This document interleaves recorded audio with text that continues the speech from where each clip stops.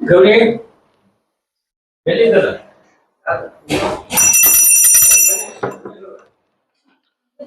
ಶ್ರೀ ಗುರುಭ್ಯೋ ನಮಃ ಪರಮಗುರುಭ್ಯೋ ನಮಃ ಶ್ರೀಮದಾನಂದ ತೀರ್ಥ ಭಗವತ್ಪಾದಾಚಾರ್ಯ ಗುರುಭ್ಯೋ ನಮಃ ಹರಿ ಓಂ ಜನ್ಮಾದ್ಯಸ್ಯ ಯತೋನ್ಮಯಾದಿತರತಶ್ಚಾರ್ಥೇಷ್ವಭಿಜ್ಞಸ್ವರಾಟ್ ತೇನೇ ಬ್ರಹ್ಮಹೃದಾಯ ಆದಿಕವಯೇ ಮುಖ್ಯಂತಿ ಯಂ ಸೂರಯಃ ತೇಜೋ ವಾರಿಮೃತಾಂ ಯಥಾ ವಿನಿಮಯೋ ಯತ್ರರ್ತಿ ಸರ್ಗೋ ಮೃಷಾ ಧಾಮ್ನಾ ಸ್ವೇನ ಸದಾ ನಿರಸ್ತಗುಹಕಂ ಸತ್ಯಂ ಪರಂ ಧೀಮಹಿ ಸೃಷ್ಟಿಸ್ಥಿತ್ಯಪ್ಯೇಯಾನ್ನಿಯತಿರಿಷಿತಮೋ ಬಂಧಮೋಕ್ಷಾಶ್ಚ ಯಸ್ಮಾದಸ್ಯ ಶ್ರೀ ಬ್ರಹ್ಮರುದ್ರ ಪ್ರಭೃತಿಸುರನರದ್ವೀಷರತ್ರಾತ್ಮಕಸ್ಯ ವಿಷ್ಣೋರ್ವ್ಯಸ್ತಾಃ ಸಮಸ್ತಾಃ ಸಕಲಗುಣನಿಧಿಃ ಸರ್ವದೋಷವ್ಯಪೇತಃ ಪೂರ್ಣಾನಂದಾವ್ಯಯೋ ಯೋ ಗುರುರಪಿ ಪರಮಶ್ಚಿಂತಯೇದಂ ಮಹಾಂತಂ ಧರ್ಮವಿಜ್ಞಾನವೈರಾಗ್ಯ ಪರಮೈಶ್ವರ್ಯಶಾಲಿನಃ ಆನಂದತೀರ್ಥಭಗವತ್ಪಾದಾನ್ ವಂದೇ ನಿರಂತರಂ ಚಿತ್ರೈಪदैश्च गम्भीरैर्वाक्यैर्मानैरखण्डितैः गुरुभावं व्यञ्जयन्ति भाति श्रीरैतीर्थवाक् भवति यदनुभावादेडमूकोऽपि वाग्मी जडमतिरपि जन्तुर्जायते प्राज्ञमौलिः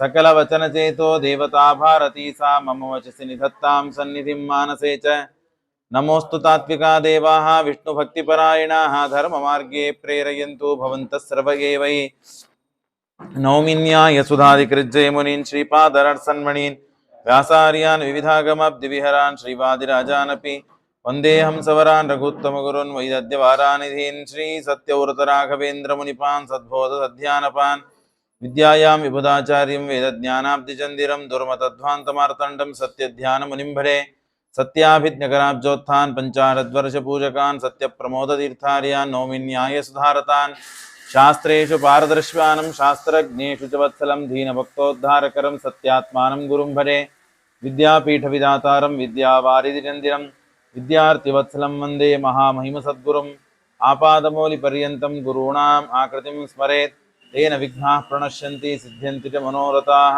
श्रीगुरुभ्यो नमः हरि ओಂ ಪ್ರಸಾದ ಪವನನ ಹೆಂಡತಿ ನಿಮ್ಮನೆಯವರು ಎಲ್ಲರೂ ಬಂದ್ಕೊಳ್ಳಿ. ಶ್ರೀ ಗುರುಭ್ಯೋ ನಮಃ ಹರಿ ಓಂ. ರಾಜಾಸೀತ್ ಭೀಷ್ಮಕೋ ನಾಮ ವಿದರ್ಭಾಧಿಪತಿರ್ಮಹಾನ್ ತಸ್ಯ ಪಂಚಾಭವನ್ ಪುತ್ರ ಕನ್ಯೇಕಾ ಚ ವರಾನನ. ನಿನ್ನೆ ನಾವು ಸ್ವಯಂವರವನ್ನೇ ಆ ಭೀಷ್ಮಕ ರಾಜ ತಾನು ನಿಷೇಧಿಸಿ ಪರಮಾತ್ಮನ ಅದ್ಭುತವಾದಂತಹ ವ್ಯಕ್ತಿತ್ವವನ್ನ ಪರಮಾತ್ಮನ ಜ್ಞಾನವನ್ನು ಮಾಡಿಕೊಂಡು ರುಕ್ಮಿಣಿಯನ್ನು ಪರಮಾತ್ಮನಿಗೆ ಕೊಟ್ಟು ಮದುವೆ ಮಾಡಬೇಕು ಅಂತನ್ನುವ ಸಂಕಲ್ಪವನ್ನು ಮನಸ್ಸಿನಲ್ಲಿ ಮಾಡಿದ. ಆಗ ಇಷ್ಟು ಮಾಡಿ ಪರಮಾತ್ಮ ತಾನು ಭೀಷ್ಮಕರಾಜನಿಗೆ ವಿಶ್ವರೂಪವನ್ನು ತೋರಿಸಿ ತಾನು ಅಲ್ಲಿಂದ ಹೊರಟಿದ್ದಾನೆ. ಆದರೆ ರುಕ್ಮಿ ತಾನು ವಿಚಾರ ಮಾಡಿದ, ಇನ್ನ ಮೇಲೆ ಸ್ವಯಂವರ ಇತ್ಯಾದಿಗಳನ್ನು ಏನೂ ಮಾಡದೇನೆ ನೇರವಾಗಿ ರುಕ್ಮಿಣಿಯನ್ನ ಶಿಶುಪಾಲನಿಗೆ ಕೊಟ್ಟು ನಾನು ಮದುವೆ ಮಾಡಬೇಕು, ಬೇರೆ ಯಾವುದೋ ವಿಚಾರ ಮಾಡೋದು ಬೇಡ ಅಂತ ತಾನು ಮನಸ್ಸಿನಲ್ಲಿ ಅನ್ಕೊಂಡಿದ್ದನ್ನ ತಾನು ತಂದೆಗೆ ಹೇಳಿದ. ಮಗ ಹೇಳಿದ್ದನ್ನು ಕೇಳಿ ತಾನು ವಿಚಾರ ಮಾಡಿ ಮತ್ತೆ ಆಗಬೇಕು ಅಂತೆ ತಾನು ಬಯಸಿದ್ದಾನೆ, ಆಗ್ಲಿ ಅಂತ. ಆಗ ರುಕ್ಮಗ್ರಜ ರುಕ್ಮರತಃ ರುಕ್ಮಬಾಹು ರುಕ್ಮಿಣ್ಯೇಶ ಸಸ್ವಾಸತಿ ಸೋಪಶ್ರುತ ಮುಕುಂದಸ್ಯ. ಆದರೆ ರುಕ್ಮಿಣಿಗೆ ಬಹಳ ಮನಸ್ಸಿಗೆ ನೋವಾಗಿದೆ. ಯಾಕೆ ಅಂದ್ರೆ ದೇವರನ್ನೇ ಯಾವಾಗಲೂ ಹುಟ್ಟಿದಾರಭ್ಯ ತಾನು ರೂಪ ವೀರ್ಯ ಗುಣಾಶ್ರಯ ಮುಕುಂದಸ್ಯ ಸೋಪಶ್ರುತ್ಯ. ಪರಮಾತ್ಮನ ಗುಣಗಳನ್ನ ರೂಪಗಳನ್ನ ಅವನ ಮಹಿಮೆಗಳನ್ನ ಕೇಳಿ ಕೇಳಿ ಯಾರ್ಯಾರ ಕಡೆಯಿಂದ ಗೃಹೈರ್ಗತೈರ್ಗೀಯಮಾನ, ರಾಜ್ಯಕ್ಕೆ ಬರೋರು ಹೋಗೋರು ಅಂತ ಏನು ಜನ ಇದ್ದರೋ ಆ ಎಲ್ಲ ಜನರು ಒಂದೇನೋ ಒಳ್ಳೆ ಮಾತನ್ನ ರಾಜಕುಮಾರಿಗೆ ಹೇಳಿ ಹೋಗ್ಬೇಕು. ಏನ್ ಹೇಳಿ ಹೋಗ್ಬೇಕು ಅಂತಂದ್ರೆ ಕೃಷ್ಣನ ಮಹಿಮೆಯನ್ನ ಕೃಷ್ಣನ ಗುಣಗಾನವನ್ನೇ ಮಾಡಿ ಹೋಗ್ತಾ ಇದ್ರು. ಅನೇಕ ಬಾರಿ ನಾರದರಿಂದಲೂ ತಾನು ಕೃಷ್ಣನ ಗುಣಗಳನ್ನ ಕೇಳಿದ್ದಾಳೆ. ಹಾಗೆ ಕೇಳಿ ಕೇಳಿ ಕೇಳಿ ಮನಸ್ಸಿನಲ್ಲಿ ಏನು ಸಂಕಲ್ಪ ಮಾಡಿದ್ದಾಳೆ ಅಂದ್ರೆ ಇಂಥ ಗುಣ ಇದ್ದ ವಿಶಿಷ್ಟನಾದ ವ್ಯಕ್ತಿಯನ್ನೇ ಕೃಷ್ಣನನ್ನೇ ನಾನು ಗಂಡನಾಗಿ ಪಡೆದರೆ ಇನ್ಯಾರನ್ನೂ ನಾನು ಪಡೆಯಬಾರದು ಅಂತ ಅವತ್ತೇ ತಾನು ಗೃಹಗತೈರ್ ಗೀಯಮಾನ ತಮ್ಮೇನೇ ಸರುಸಂಪದಿಂ, ಆ ಕೃಷ್ಣನೇ ನನಗೆ ಪತಿ ಆಗ್ಬೇಕು ಅಂತ ಹೇಳಿ ತಾಂ ಬುದ್ಧಿ ಲಕ್ಷಣ ಔದಾರ್ಯ ರೂಪಶೀಲ ಗುಣಾಶ್ರಯಾಂ ಕೃಷ್ಣಸ್ಯ ಸದೃಶೀಂ ಭಾರ್ಯಾಂ ಉಪದ್ವೋಡಂ ಮನೋಧದೆ. ಹಾಗಾಗಿ ಆ ಕೃಷ್ಣನಿಗೆ ಸದೃಶವಾದ ಪತಿ ಅಥವಾ ಕೃಷ್ಣನೇ ಪತಿ ನನಗೆ ಆಗ ಸಿಗಬೇಕು ಅಂತ ಇಷ್ಟು ವಿಚಾರ ಮಾಡಿದ್ದಾಳೆ. ಆದರೆ ಬಳಗದವರಿಗೆ ಯಾರಿಗೂ ಇಚ್ಛೆ ಇಲ್ಲ. ರುಕ್ಮಿಣಿಗೆ ಸ್ವಯಂ ಮದುವೆ ಮಾಡಿಕೊಳ್ಳುವ ಹುಡುಗಿಗೆ ಇಚ್ಛೆ ಇಲ್ಲ. ಭೀಷ್ಮಕ ರಾಜನು ಹಾಗೆ ಹೀಗೆ ಇದ್ದ. ತನ್ನ ಮಗನ ಮಾತು ಕೇಳಿದ್ದ, ಆದ್ರೆ ದೇವರ ಮಹಿಮೆಯನ್ನು ತಿಳಿದಿದ್ದ, ಹಾಗಾಗಿ ಹಾಗೆ ಇದ್ದ. ಹಾಗಾಗಿ ಅವನಿಗೂ ಅಷ್ಟು ಇಚ್ಛೆ ಇದ್ದಿದ್ದಿಲ್ಲ. ತನ್ನ ಮಗನ ಮಾತನ್ನು ಕೇಳಿ ತಾನು ಇಚ್ಛಾಪಟ್ಟಂತೆ ತೋರಿಸಿದ. ಆಗ ಈ ಮಾತನ್ನ ಕೃಷ್ಣನಿಗೆ ತಿಳಿಸಬೇಕು. ಕೃಷ್ಣ ಹೋಗಿದ್ದಾನೆ, ಅವನಿಗೆ ಗೊತ್ತಾಗದೇನೆ ನನ್ನನ್ನು ಕೊಟ್ಟು ಶಿಶುಪಾಲನಿಗೆ ಮದುವೆ ಮಾಡಿಬಿಟ್ಟರೆ ಅದು ಅನರ್ಥವಾಗ್ತದೆ, ಅದು ಸರಿಯಾದದ್ದಲ್ಲ ಅಂತ ಹೇಳಿ ಯಾರು ಅತ್ಯಂತ ಆಪ್ತನಾದ ವ್ಯಕ್ತಿ ಇದ್ದಾನೋ ಆ ಆಪ್ತ ವ್ಯಕ್ತಿಯನ್ನ ಹುಡುಕ್ತಾ ಇದ್ಲು ರುಕ್ಮಿಣಿ. ಯಾಕೆ? ಕೃಷ್ಣನಿಗೆ ಈ ಸುದ್ದಿಯನ್ನ ಮುಟ್ಟಿಸಬೇಕು ಅಂತ ಹೇಳಿ. ಬಂಧೂನಾಂ ಇಚ್ಛತಾಂ ದಾತುಂ. ಆಗ ಆ ಪ್ರತಿನಿತ್ಯವೂ ಬಂದು ಪಂಚಾಂಗವನ್ನು ಹೇಳಿ, ಇವತ್ತಿನ ದಿವಸ ಇದು ಕರ್ಮವನ್ನು ಮಾಡಬೇಕು, ಇದು ಒಳ್ಳೆಯದು, ಇದು ಹಿತ ಅಂತ ಹೇಳಿ ಒಂದು ಹಿತನುಡಿಗಳನ್ನ ಹೇಳಿ ಹೋಗುವ ಒಬ್ಬ ಬ್ರಾಹ್ಮಣ ಪ್ರತಿನಿತ್ಯ ರಾಣಿ ಹತ್ರ, ಆ ರುಕ್ಮಿಣಿ ಹತ್ರ ಬಂದು ತಾನು ಹೇಳಿ ಹೋಗ್ತಾ ಇದ್ದ. ಆ ಬ್ರಾಹ್ಮಣನ ಮೇಲೆ ಬಹಳ ವಿಶ್ವಾಸ, ನಂಬಿಕೆ ಇತ್ತು ರುಕ್ಮಿಣಿಗೆ. ಹಾಗಾಗಿ ಆ ಬ್ರಾಹ್ಮಣ ಬರುವವರೆಗೂ ಕಾಯ್ತಾ ಇದ್ಲು. ಕಿಂಚಿದಾಪ್ತಂ ದ್ವಿಜಂ ಕಿಂಚಿದಾಪ್ತಂ ದ್ವಿಜಂ ಕಶ್ಚಿತ ಕೃಷ್ಣಾಯ ಪ್ರಾಹಿಣೋದ್ಧೃತಂ. ಆ ಬ್ರಾಹ್ಮಣನ ಹತ್ರ ಒಂದು ಮಾತು ಹೇಳ್ತಾಳೆ, ಬ್ರಾಹ್ಮಣ ದೇವ, ನಿನ್ನಿಂದ ಕೆಲಸ ಆಗಬೇಕು, ನನಗೆ ಮಾಡಿಕೊಡ್ತೀಯಾ ಅಂದಾಗ, ಅವಶ್ಯ ಆಗ್ಲಿ, ಹೇಳಮ್ಮ, ಏನ್ ಮಾಡ್ಕೊಡ್ಬೇಕು ಹೇಳು, ನಾನು ಮಾಡ್ತೇನಮ್ಮ ಅಂತ ಆ ಬ್ರಾಹ್ಮಣ ಕೇಳ್ತಾನೇನಿಲ್ಲ, ನಾನು ಒಂದು ಪತ್ರ ಬರೆದು ಕೊಡ್ತೇನೆ, ಯಾರಿಗೂ ಗೊತ್ತಾಗದೇ ಇದ್ದಂತೆ ಕೃಷ್ಣನಿಗೆ ಹೋಗಿ ಮುಟ್ಟಿಸಬೇಕು ಅಂದಾಗ, ಸರಿ ಆಗ್ಲಿ, ಕೃಷ್ಣನಿಗೆ ಹೋಗಿ ಮುಟ್ಟಿಸಬೇಕು ಅಂತಂದಾಗ ಅದನ್ನ ಪತ್ರವನ್ನ ಬರೆದು ಆ ಕೃಷ್ಣನಿಗೆ ಕೊಡಬೇಕು ಅಂತ ಆ ಬ್ರಾಹ್ಮಣನ ಕೈ ಕೊಟ್ಟು ಕಳಿಸ್ತಾಳೆ.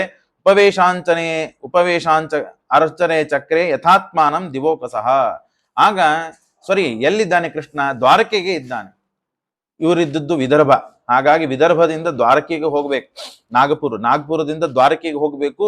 ತಾನು ಬ್ರಾಹ್ಮಣ, ತಾನು ಹೊರಟಿದ್ದಾನೆ. ಹೋದ ಕೂಡಲೇ ದ್ವಾರಕದಲ್ಲಿ ಮೇಲೆಗಡೆ ಪರಮಾತ್ಮ ಕೂತಿದ್ದಾನೆ. ದ್ವಾರಕಾಂಶ ಸಮೀಪೇತ ಪ್ರತಿಹಾರೇ ಪ್ರಹೇಷಿತ. ಅನೇಕ ತೋರಣಗಳು, ಗಿಡಗಳು ಮತ್ತು ರಾಜ್ಯ ಅಂತಂದ ಮೇಲೆ ಎಲ್ಲ ವೈಭವದಿಂದ ಇತ್ತು. ಉಪವೇಶಾಂಚನೆ ಚಕ್ರೆ, ಕೃಷ್ಣ ಬಂಗಾರದ ಸಿಂಹಾಸನ ಮೇಲೆ ತಾನು ಕೂತಿದ್ದಾನೆ. ಈ ಬ್ರಾಹ್ಮಣ ದೇವನನ್ನ ನೋಡಿದ ತಕ್ಷಣನೇ ಅಲ್ಲಿಂದ ಓಡಿ ಬಂದಿದ್ದಾನೆ. ದೃಷ್ಟ್ವಾ ಬ್ರಹ್ಮಣ್ಯ ದೇವಸ್ಥಂ. ಬ್ರಾಹ್ಮಣನ ನೋಡಿ ಓಡಿ ಬಂದು ತಾನು ಇಳಿದು ಸ್ವಾಗತ ಮಾಡಿ ಮರ್ಯಾದೆಯಿಂದ ವೇದಘೋಷವನ್ನ ಮಾಡ್ತಾ ಅವನನ್ನ ಕರೆದುಕೊಂಡು ಹೋಗಿ ತಾನು ಕೂಡುವ ಸಿಂಹಾಸನ ಮೇಲೆ ಬ್ರಾಹ್ಮಣನನ್ನು ಕೂಡಿಸಿದ್ದಾನೆ. ಇದು ಬಹಳ ದುರ್ಲಭ. ನಾವು ಕೂಡುವ ಜಾಗದಲ್ಲಿ ಕೂಡುದಲ್ಲ, ನಾವಿದ್ದ ಸ್ಥಳದಲ್ಲೇ ಯಾರು ಬರಬಾರದು ಅಂತ ವಿಚಾರ ಮಾಡ್ತಿರ್ತೀವಿ ನಾವು. ಯಾಕೆ ಅಂದ್ರೆ ಅವ ಬಂದರೆ ನನ್ನ ಕಿಮ್ಮತ್ತು ಹೋಗ್ತದೆ, ನನಗೆ ಮರ್ಯಾದೆ ಕಮ್ಮಿ ಆಗ್ತದೆ, ನನ್ನ ಕಡೆಗೆ ಯಾರು ನೋಡುವುದಿಲ್ಲ ಅಂತ ವಿಚಾರ ಮಾಡುವ ಸಮಯ ಈಗ. ಅಂಥದ್ರೊಳಗೆ ಬ್ರಾಹ್ಮಣನಿಗೆ ಹೇಗೆ ಮರ್ಯಾದೆ ಗೌರವಗಳನ್ನು ಸಲ್ಲಿಸಬೇಕು ಅಂತನ್ನೋದನ್ನ ದಿವೋಕಸ ದೇವತೆಗಳು ಯಾವ ರೀತಿಯಾಗಿ ಕೃಷ್ಣನಿಗೆ ಪೂಜೆ ಮಾಡ್ತಾರೋ, ದೇವತೆಗಳಿಂದ ಕೃಷ್ಣ ಯಾವ ರೀತಿಯಾಗಿ ಪೂಜೆಯನ್ನು ಸ್ವೀಕಾರ ಮಾಡ್ತಾನೋ, ಹಾಗೆ ಬ್ರಾಹ್ಮಣನಿಗೆ ಕೃಷ್ಣ ಪೂಜೆಯನ್ನ ಮಾಡ್ತಾ ಇದ್ದಾನೆ. ತಾನು ಪೂಜೆಯನ್ನ ಮಾಡಿಸಿಕೊಳ್ತಾನೆ ಕೃಷ್ಣ ದೇವತೆಗಳಿಂದ. ಅದೇ ರೀತಿಯಾಗಿ ಬ್ರಾಹ್ಮಣನಿಗೂ ತಾನು ಪೂಜೆ ಮಾಡ್ತಾ ಇದ್ದಾನೆ. ಉಪವೇಶ ಅರ್ಚನೆ ಚಕ್ರೆ ಯಥಾತ್ಮಾನಂ ದಿವೋಕಸಃ ತಂ ಭುಕ್ತವಂತಂ ವಿಶ್ರಾಂತಂ. ಸರಿ ಆಗ್ಲಿ, ಬ್ರಾಹ್ಮಣ ಬಂದಿದ್ದಾನೆ, ಬಂದ ಕೂಡಲೇ ದೂರಿಂದ ಬಂದಿದ್ದಾನೆ ಅಂತ ಹೇಳಿ ಅರ್ಘ್ಯಪಾದ್ಯ ಆಚಮನಿಗಳನ್ನೆಲ್ಲ ಮಾಡಿ ಅವನಿಗೆ ಊಟಕ್ಕೆ ಹಾಕಿ ಕೈಯನ್ನ ತೊಳೆಸಿ, ಕೈಗೆ ನೀರು ಹಾಕಿ ಪಾದವನ್ನು ತೊಳೆದು ಕೃಷ್ಣ ತನ್ನ ಮನೆಗೆ ಕರೆದುಕೊಂಡು ಹೋಗಿ ಅಲ್ಲಿ ಕೂಡಿಸಿದ್ದಾನೆ. ಕೂಡಿಸಿ ಆದ ಮೇಲೆ ಕೇಳ್ತಾನೆ, ಯಾಕೆ ಬಂದಿದ್ದು? ಪಾಣಿನ, ಕೈಯನ್ನ ತೊಳಿಸಿ ಕೈಯನ್ನ ಒರೆಸಿ ಯಥಾತ್ ಪಾಣಿನ ಅಭಿಪೃಶನ್ ಪಾದೋ ಅಗ್ರಸ್ತಂ ತಮಪೃಚ್ಛತ ಕ್ವಚಿತ್ ದ್ವಿಜವರ ಶ್ರೇಷ್ಠ ಧರ್ಮಸ್ಥೆ ವೃದ್ಧ ಸಮ್ಮತಃ. ಇಷ್ಟಾದ ಮೇಲೆ ವರ್ತತೆ ನಾತಿಕೃಚ್ಛೇಣ ಸಂತುಷ್ಟ. ಅವಾಗ ಬ್ರಾಹ್ಮಣನ ಕುರಿತು ಕೃಷ್ಣ ಮಾತನಾಡಿಸ್ತಾನೆ. ಮೊದಲಿಗೆ ಅವರು ಬಂದಿದ್ದು ಏನೋ ಕಾರಣ ಇರ್ತದೆ, ಎಲ್ಲ ಮಾತನಾಡಿ ಅವರಿಗೆ ಸುಸ್ತು ಮಾಡಿ ಹಾಗೆಲ್ಲ ಮಾಡಲಿಲ್ಲ ಕೃಷ್ಣ. ಅವರು ಬಂದದ್ದನ್ನು ನೋಡಿ ಅವರಿಗೆ ಊಟಕ್ಕೆ ಹಾಕಿ ವಿಶ್ರಾಂತಿಯನ್ನ ಪಡೆದಾದ ಮೇಲೆ ಕೂತ ಮೇಲೆ ಕೃಷ್ಣ ಹೋಗಿ ಮಾತನಾಡಿಸ್ತಾನೆ. ಬಂದಿದ್ದ್ಯಾಕೆ, ನನ್ನಿಂದ ಏನು ಕೆಲಸ ಆಗ್ಬೇಕು ಅಂತ ಕೇಳಿ, ಅಷ್ಟೇ ಅಲ್ಲದೇನೆ ನೀವು ಇದ್ದಂತಹ ಸ್ಥಳಗಳಲ್ಲಿ ರಾಜರು ಚಂದಾಗಿ ರಾಜ್ಯವನ್ನು ಪರಿಪಾಲನೆ ಮಾಡ್ತಾ ನಿಮಗೆ ನಿಮ್ಮ ಕರ್ಮಗಳಿಗೆ ನೀವು ಮಾಡುವಂತಹ ಎಲ್ಲ ಹೋಮ ಹವನಾದಿಗಳಿಗೆ ಯಾವ ತೊಂದರೆಗಳು ಬರ್ತಾ ಇಲ್ಲಲ್ಲ, ಅನುಷ್ಠಾನಗಳಿಗೆ ಯಾವ ತೊಂದರೆ ಇಲ್ಲಲ್ಲ ಅಂತ ಕೇಳಿ, ನಾತಿಕೃಚ್ಛೇಣ ನೀವು ಮಾಡುವ ತಪಸ್ಸು, ದಾನ, ಯಜ್ಞ ಇತ್ಯಾದಿ ವೇದಾಧ್ಯಯನ ಅಥವಾ ಪಾಠ ಪ್ರವಚನಗಳು ಇವು ಮಾಡೋದ್ರಿಂದಲೇ ರಾಜ್ಯ ಸುರಕ್ಷಿತವಾಗಿರ್ತದೆ. ಹಾಗಾಗಿ ಅದನ್ನ ಮಾಡ್ಲಿಕ್ಕೆ ನಿಮ್ಗೆ ಯಾವ ತೊಂದರೆಗಳಿಲ್ಲಲ್ಲ ಅಂತ ತಾನು ಕೇಳಿ, ನಾತಿ ಕೃಚ್ಛೇಣ ಸಂತುಷ್ಟ ಮನಸಃ ಸಂತುಷ್ಟೋ ಯರ್ಹಿ ವರ್ತತೆ. ಬ್ರಾಹ್ಮಣರಾದ ನೀವು ಒಳ್ಳೆ ಮನಸ್ಸಿನಿಂದ ಸಂತೋಷಪಟ್ಟು ಆಶೀರ್ವಾದ ಮಾಡಿ ಇದ್ರಿ ಅಂತಂದ್ರೆ ನಾವು ಒಳ್ಳೆ ರೀತಿಯಿಂದ ಇರ್ಲಿಕ್ಕೆ ಸಾಧ್ಯ ಇದೆ, ಇಲ್ಲದೇ ಇದ್ರೆ ಆಗ್ಲಿಕ್ಕೆ ಸಾಧ್ಯವಿಲ್ಲ. ಸಂತುಷ್ಟೋ ಯರ್ಹಿ ವರ್ತೇತ ಬ್ರಾಹ್ಮಣೋ ಏನ ಕೇನಚಿತ ಅಹೀಯಮಾನ ಸ್ವಧರ್ಮ ಸಹಸ್ಯಾಖಿಲ ಕಾಮಸುಖ. ಹಾಗಾಗಿ ನಿಮ್ಮ ಧರ್ಮ ಮಾಡೋದಕ್ಕೆ ನಿಮಗೆ ಯಾವ ತೊಂದರೆಗಳಾಗಲಿಲ್ಲ ಅಂತಾದರೆ ನೀವು ಧರ್ಮಗಳನ್ನು ಮಾಡ್ತೀರಿ. ನೀವು ಧರ್ಮಗಳನ್ನ ಮಾಡಿದರೆ ಆಗ ನಮ್ಮ ರಾಜ್ಯ, ನಾವು ಎಲ್ಲರೂ ಸುರಕ್ಷಿತವಾಗಿರ್ತೇವೆ. ಏನು ಯಾರು ಬ್ರಾಹ್ಮಣರಲ್ಲಿಯೂ ಕೂಡ ಶ್ರೇಷ್ಠತಾವನ್ನ ಹೇಳ್ತಾರೆ. ಯಾರು ಬ್ರಾಹ್ಮಣರು ಶ್ರೇಷ್ಠರು ಅಂತಂದ್ರೆ ಯಾರು ಸಂತುಷ್ಟ, ಏನನ್ನೂ ಬಂದರು ಯಾವುದೂ ಬಂದರು ಅಷ್ಟು ಇಷ್ಟು ಅಂತ ವಿಚಾರ ಮಾಡದೆ ಬಂದಲ್ಲೇನೆ ತಾನು ಸಂತುಷ್ಟನಾಗಿದ್ದು ತಾನು ಇದ್ದ ಬ್ರಾಹ್ಮಣ ಅಂತಂದ್ರೆ ಆ ಬ್ರಾಹ್ಮಣರಲ್ಲಿ ಉತ್ತಮನು. ವಿಪ್ರಾನ್ ಸ್ವಲಾಭ ಸಂತುಷ್ಟಾನ್, ಬಂದ ಹಣದಲ್ಲೇನೆ ಸಂತೋಷದಿಂದ ಇರೋದು. ಬಂದರು ಇನ್ನ ಹೆಚ್ಚಿಗೆ ಯಾಕೆ ಬರಬಾರದು, ಇನ್ನ ಹೆಚ್ಚು ಯಾಕೆ ನಾವು ಇಸ್ಕೊಳ್ಬಾರದು, ಸ್ವೀಕಾರ ಮಾಡಬಾರದು ಅಂತ ಹೇಳಿ ಆಸೆ ಆಕಾಂಕ್ಷೆಗಳು ಇಲ್ಲದೇನೆ ಕೇವಲ ದೇವರು ಕೊಟ್ಟ ಹಣದಲ್ಲೇನೆ ತಾನು ಸಂತೋಷದಿಂದ ಇರುವ ವ್ಯಕ್ತಿ ಬ್ರಾಹ್ಮಣ ಯಾರಲ್ಲ, ಬ್ರಾಹ್ಮಣ ಉತ್ತಮ ಅವನು. ಹಾಗಾಗಿ ನಿರಹಂಕಾರಿನ, ಸಿಟ್ಟು ಇರಬಾರದು ಅವನಿಗೆ. ಬ್ರಾಹ್ಮಣರು ಸಿಟ್ಟು ಬಂದರೆ ಶಾಪ ಕೊಡುತ್ತಾರೆ, ಮನಸ್ಸಿಗೆ ಅಸಮಾಧಾನ ಮಾಡ್ಕೊಳ್ತಾರೆ. ಮನಸ್ಸಿಗೆ ಅಸಮಾಧಾನ ಆಯ್ತು ಅಂತಂದ್ರೆ ಆಗ ಯಾರ ಮೇಲೆ ಅಸಮಾಧಾನ ಮಾಡಿಕೊಳ್ಳುತ್ತಾರೋ ಅವರ ನಾಶ, ಅವರ ಕುಲ ವಂಶ ಧ್ವಂಸವಾಗ್ತಾ ಹೋಗ್ತದೆ. ನಿರಹಂಕಾರೇಣ ಶಾಂತ ನಮಸ್ತೆ ಶಿರಸಾಕೃತ ಕ್ವಚಿತ್ ವಃ ಕುಶಲಂ ಬ್ರಹ್ಮನ್. ಆಗ ತಾನೂ ಕೂಡ ಅವನಿಗೆ ಕೇಳ್ತಾನೆ, ನೀನು ಕ್ಷೇಮವಾಗಿ ಇದ್ದೀಯಲ್ಲ, ವ್ಯವಹಾರಗಳನ್ನು ಮಾತನಾಡಬೇಕು, ಹಾಗೆ ಸುಖಂ ವಸಂತಿ ವಿಷಯೇ ಪಾಲ್ಯ ಮಾಲ್ಯ ಸಮೇ ಪ್ರಿಯ. ಇಷ್ಟು ಆದ್ಮೇಲೆ ಏನಿಲ್ಲ, ಸರ್ವಂ ನೋ ಗುಷ್ಯಂ. ನೋಡು, ನಾನು ಇಷ್ಟೆಲ್ಲ ಪ್ರಶ್ನೆಗಳನ್ನು ಕೇಳಿದ್ದೇನೆ ಅಂತ ಹೇಳಿ ಎಲ್ಲಾ ಪ್ರಶ್ನೆಗಳಿಗೆ ಉತ್ತರ ಕೊಡಬೇಕು ಅಂತೇನು ಇಟ್ಕೋಬೇಡ. ಕೃಷ್ಣ ಹೇಳ್ತಾನೆ, ಹಾಗಾದ್ರೆ ಯಾವುದು ನನಗೆ ಹೇಳಲಿಕ್ಕೆ ಯೋಗ್ಯವಾಗಿದೆಯೋ, ನನ್ನಿಂದ ಕೇಳಲಿಕ್ಕೆ ಯಾವುದು ಯೋಗ್ಯವೋ ಅದನ್ನು ಮಾತ್ರ ಹೇಳು ಅಂತ ಹೇಳಿ, ಬ್ರೂಹಿ ಅಗುಷ್ಯಂ ಚೇತ್, ಗುಖ್ಯವಾದದ್ದಿಲ್ಲ, ಸೀಕ್ರೆಟ್ ಇದ್ದಿದ್ದಿಲ್ಲ, ಅದನ್ನು ಹೇಳಲಿಕ್ಕೆ ಯೋಗ್ಯವಾಗಿತ್ತು ಅಂತಂದ್ರೆ ನನಗೆ ಅದನ್ನು ಹೇಳು, ನಾನು ಕೇಳ್ತೇನೆ ಅಂತಂದಾಗ ಏನಿಲ್ಲ, ಲೀಲಾಗೃಹೀತ ದೇಹೇನ ತಸ್ಮೈ ಸರ್ವಂ ಅವರ್ಣಯತ. ಆಗ ಕೃಷ್ಣನಿಗೆ ಆ ಬ್ರಾಹ್ಮಣ ಹೇಳ್ತಾನೆ, ಏನಿಲ್ಲ, ರುಕ್ಮಿಣಿ ಒಂದು ಪತ್ರವನ್ನು ಬರೆದು ಕಳಿಸಿದ್ದಾಳೆ, ಆ ಪತ್ರವನ್ನು ನಿನಗೆ ಕೊಡಬೇಕು ಅಂತ ಹೇಳಿದ್ದು, ನಾನು ಆ ಕಾರಣಕ್ಕಾಗಿ ಇಲ್ಲಿ ಬಂದಿದ್ದೇನೆ ಅಂತಂದಾಗ ಅದ್ಭುತವಾದ ಪತ್ರವನ್ನ ತಾನು ರುಕ್ಮಿಣಿ ದೇವಿ ಬರೆದಿರ್ತಾಳೆ. ಇದನ್ನೆಲ್ಲ ನೋಡಿ ಅನೇಕ ಜನ ಅನೇಕ ವಾದಗಳನ್ನು ಮಾಡಿದ್ದಾರೆ. ಗಣಪತಿ ಮಹಾಭಾರತ ಬರಿತಾನೆ ಹೇಗೆ, ಆಗಿನ ಕಾಲದಲ್ಲಿ ಎಲ್ಲಿ ಲೇಖನಿಗಳಿದ್ವು, ಎಲ್ಲಿ ಅಕ್ಷರಗಳಿದ್ವು, ಎಲ್ಲಿ ಬರಹಗಳಿದ್ವು ಅಂತ ಎಲ್ಲ ಅನೇಕ ಜನ ವಿವಾದವನ್ನು ಮಾಡಿದ್ದಾರೆ. ಈ ಎಲ್ಲ ಭಾಗವತವನ್ನು ಕೇಳಿದ್ರೆ ಗೊತ್ತಾಗ್ತದೆ ಅವರಿಗೆ, ರುಕ್ಮಿಣಿ ದೇವಿ ಪತ್ರವನ್ನು ಬರೆದು ಕಳಿಸಿದ್ದಾಳೆ ಅಂದ್ರೆ ಹೇಗೆ ಬರಿಬೇಕು, ಪತ್ರದಲ್ಲಿ ಅಕ್ಷರಗಳಿಂದಲೇ ಬರಿಬೇಕಲ್ಲ. ಹಾಗಾಗಿ ಹಾಗೂ ಎಲ್ಲ ಇತ್ತು ಅಂತ ನಾವು ಕೇಳಲಿಕ್ಕೆ ಸಿಗ್ತದೆ. ಏನು ಪತ್ರ ಬರೆದಿದ್ದಾಳೆ, ಶ್ರುತ್ವಾ ಗುಣಾನ್ ಭುವನ ಸುಂದರ ಸಂಗಮಂಸ್ತೆ ನಿರ್ವಿಶ್ಯ ಕರ್ಣ ವಿವರೇ ಹರತೋಂಗತಾಪಂ ರೂಪಂ ಪರಂ ಭುವನ ಮಂಗಲ ಮಂಗಲಂತೆ ತ್ವಯ್ಯಚ್ಯುತಾ ವಿಶತಿ ಚಿತ್ರಮ ಪತ್ರಮಂಪೆ. ದೇವರನ್ನ ಒಲಿಸಿಕೊಳ್ಳಬೇಕಾದ್ರೆ, ದೇವರು ನಮ್ಮನ್ನ ನೋಡಿ ಸಂತೋಷ ಪಡಬೇಕಾದ್ರೆ ದೇವರನ್ನ ನಾವು ಸರ್ವಸಮರ್ಪಣೆಯನ್ನ ಮಾಡಬೇಕು ಅಂತನೋ ಭಾವ ರುಕ್ಮಿಣಿ ದೇವಿ ಸ್ಪಷ್ಟವಾಗಿ ತೋರಿಸ್ತಾಳೆ. ದೇವರೇ, ನಾವು ಯಾರ್ಯಾರ ಮುಂದೆ ಏನೇನೋ ಹೇಳ್ತಾ ಇರ್ತೇವೆ, ನನಗೆ ಹಾಗಾಯ್ತು, ಹೀಗಾಯ್ತು, ಹೀಗಾಯ್ತು, ಹಾಗಾಯ್ತು, ಅವ್ರು ಏನಾದ್ರೂ ಅವ್ರು ಹೇಳಬೇಕು. ಹೇಳಬೇಕಾದಾಗ ಆ ವ್ಯಕ್ತಿ ಎಂಥವನಿರ್ತಾನೆ, ಎಂಥವ್ರನ್ನ ಆರಿಸ್ಕೊಂಡಿರ್ತಾನೆ, ತಾಯಿ ಹೇಳುವ ಮಾತುಗಳನ್ನ ತಾನು ಕೇಳ್ತಿರ್ಬೇಕು ಹೊರತು ಪ್ರತಿಯಾಗಿ ಏನು ಮಾತನಾಡ್ತಿರಬಾರದು. ಅಂತ ವ್ಯಕ್ತಿಯನ್ನೇ ಆರಿಸಿಕೊಂಡಿರ್ತಾನೆ ಹೇಳುವ ವ್ಯಕ್ತಿ. ಏನಾದ್ರೂ ನಡುವೆ ಮಾತನಾಡಿದ ಅಂತಂದ್ರೆ, ಬುದ್ಧಿವಾದ ಹೇಳಲಿಕ್ಕೆ ಬಂದ ಅಂತಂದ್ರೆ ಅವನ ಜೊತೆಗೆ ಮತ್ತೊಮ್ಮೆ ಮಾತನಾಡೋದಿಲ್ಲ. ನನಗೆ ಆದ ಕಷ್ಟಗಳನ್ನ ಮಾತ್ರ ನೀನು ಕೇಳುವುದಷ್ಟೇ, ಅದಕ್ಕೆ ಪ್ರತಿಯಾಗಿ ಏನೋ ನೀನು ಹೇಳಲಿಕ್ಕೆ ಬರಬೇಡ. ಹಂಗಲ್ರಿ, ಸುಮ್ಮನಿರಿ ನೀವು, ನಾನು ಹೇಳ್ತೇನೆ ಅಂತ ಅವನ ತಡಿಸಿ ಮತ್ತೆ ನಾನೇ ಮಾತನಾಡ್ತಾನೆ. ಇಂಥ ಅವಸ್ಥೆ ಇರ್ತದೆ. ಅಂತ ಅವಸ್ಥೆ ಇದ್ದ ಜನ ಈ ದೇವರಿಗೆ ಹೇಳಬೇಕಾದಾಗ, ದೇವರ ಮುಂದೆ ಕಷ್ಟಗಳನ್ನ ಹೇಳಬೇಕಾದಾಗ ಯಾವ ಮಾನ ಮರ್ಯಾದೆಗಳನ್ನ ಯಾವುದನ್ನು ವಿಚಾರ ಮಾಡದೇನೆ ಲಜ್ಜಾನಾಚಿಗಳನ್ನ ಬಿಟ್ಟು ದೇವರ ಮುಂದೆ ಹೇಳಬೇಕು ನಮ್ಮ ಕಷ್ಟಗಳನ್ನ. ಆಗ ದೇವರು ಕಷ್ಟಗಳನ್ನ ಹೇಳಿಕೊಳ್ಳದೆ ಅಷ್ಟೇ ಅಲ್ಲ, ಸರ್ವಸಮರ್ಪಣೆ ಭಾವದಿಂದ ದೇವರು ಈ ಕಷ್ಟಗಳಿಗೆ ನೀನೇ ಎಲ್ಲವನ್ನು ಪರಿಹಾರ ಮಾಡೋನು ಅಂತನ್ನುವ ಭಾವ ಯಾವಾಗ ದೇವರಿಗೆ ನಾವು ತೋರಿಸ್ತೀವಲ್ಲ, ಆಗ ದೇವರು ನಮ್ಮನ್ನ ರಕ್ಷಣೆ ಮಾಡ್ತಾನಂತ ಅನ್ಲಿಕ್ಕೆ ಈ ರುಕ್ಮಿಣಿ ದೇವಿಗೆ ಏನು ಕಷ್ಟ ಅಲ್ಲ. ದಕ್ಷಿಣಾದೇವಿಯ ಅವತಾರಳಾದವಳು ರುಕ್ಮಿಣಿ. ಹಾಗಾಗಿ ಆದರೂ ಕೂಡ ಭೂಲೋಕದಲ್ಲಿ ಅವತಾರ ಮಾಡಿದ್ದಾಳೆ ಅಂದ ಮೇಲೆ ತಾನು ಹಾಗಿರಬೇಕು ಅಂತ ಹೇಳಿ, ಶ್ರುತ್ವಾ ಗುಣಾನ್ ಭುವನ ಸುಂದರ ಸಂಗಮಂಸ್ತೆ, ನಿನ್ನ ಗುಣಗಳನ್ನ ಕೇಳಿ ಕೇಳಿ ಕೇಳಿ ಆಪಾದ ಮಸ್ತಕ ನಿನ್ನನ್ನೇ ತುಂಬಿಕೊಂಡಿದ್ದೇನೆ, ಮನಸ್ಸಿನಲ್ಲೂ ನಿನ್ನನ್ನೇ ತುಂಬಿಕೊಂಡಿದ್ದೇನೆ. ನಿನ್ನ ಕಿವಿಗಳಲ್ಲಿ ಏನು ಇಲ್ಲೇ ಇಲ್ಲ, ನಿನ್ನ ಗುಣಗಳೇ ಹರತಾ ಇವೆ ನನ್ನಲ್ಲಿ. ಕರ್ಣ ವಿವರೇರ್ ಹರತೋಂಗ ತಾಪಂ. ಅಷ್ಟು ಅದ್ಭುತವಾದ ವ್ಯಕ್ತಿತ್ವ ನಿನ್ನದು. ರೂಪಂ ಪರಂ ಭುವನ ಮಂಗಲ ಮಂಗಲಂತೆ. ನಿನ್ನ ಮುಂದೆ ಹೇಳಿಕೊಳ್ಳಿಕ್ಕೆ ನನಗೆ ಯಾವ ನಾಚಿಕೆಗಳಿಲ್ಲ. ಚಿತ್ರಂ ಅಪತ್ರಮಮ್ಮೆ. ಆದರೆ ನಾಚಿಕೆ ಇಲ್ಲದೇನೆ ನಿನ್ನ ಮುಂದೆ ಈ ಮಾತನ್ನು ಹೇಳ್ತೇನೆ. ಕಾತ್ವಾ ಮುಕುಂದ ಮಹತಿ ಕುಲಶೀಲ ರೂಪ ವಿದ್ಯಾವಯೋದ್ರವಿಣ ಧಾಮ ವಿರಾತ್ಮ ತುಲ್ಯಂ ಧೀರಾಂಪತಿಂ ಕುಲವತಿಂ ನ ವೃಣೀತ ಕನ್ಯಾ ಕಾಲೇಂದ್ರ ಸಿಂಹನರ ಲೋಕ ಮನೋಭಿರಾಮಂ. ಭಾಗವತ ಎಷ್ಟು ಸುಂದರವಾಗಿ ಆ ಪತ್ರದ ವಿವರಣೆಯನ್ನು ಕೊಡ್ತದೆ ನೋಡ್ರಿಪ್ಪ. ಮದುವೆ ಮಾಡ್ಕೊಳ್ಬೇಕು ಅಂತಂದ್ರೆ ಕುಲ ನೋಡಬೇಕು. ಈ ಕಡೆ ಕುಲ ಆ ಕಡೆ ಕುಲ ಇರಬೇಕು. ಎಲ್ಲೂ ವ್ಯಭಿಚರಿತವಾಗಿರಬಾರದು, ಅಸಂಬದ್ಧ ವ್ಯವಹಾರಗಳಿರಬಾರದು. ಅಂತ ಕುಲ ಇದ್ದರೆ, ಇಲ್ಲದೆ ಇದ್ರೆ ಏನಾಗ್ತದೆ, ಅಜ್ಜ ಸರಿಗಿದ್ದಿದ್ದಿಲ್ಲ ಮಗ ಸರಿಗಿದ್ದಾನೆ ಅಂತ ಹೇಳಿ ಮಗನ ಜೊತೆಗೆ ನನ್ನ ಮಗಳನ್ನು ಕೊಟ್ಟು ಮದುವೆ ಮಾಡ್ತೇನೆ ಅಂತ ಆದಾಗ ಅಜ್ಜನಿಗಿದ್ದ ಜೀನ್ಸ್ ಮಗನಿಗೆ ಬಂದಿರ್ತದೆ, ಆ ಮಗನಿಗಿದ್ದ ಜೀನ್ಸ್ ಮೊಮ್ಮಗನಿಗೆ ಬಂದ್ಬಿಡ್ತದೆ.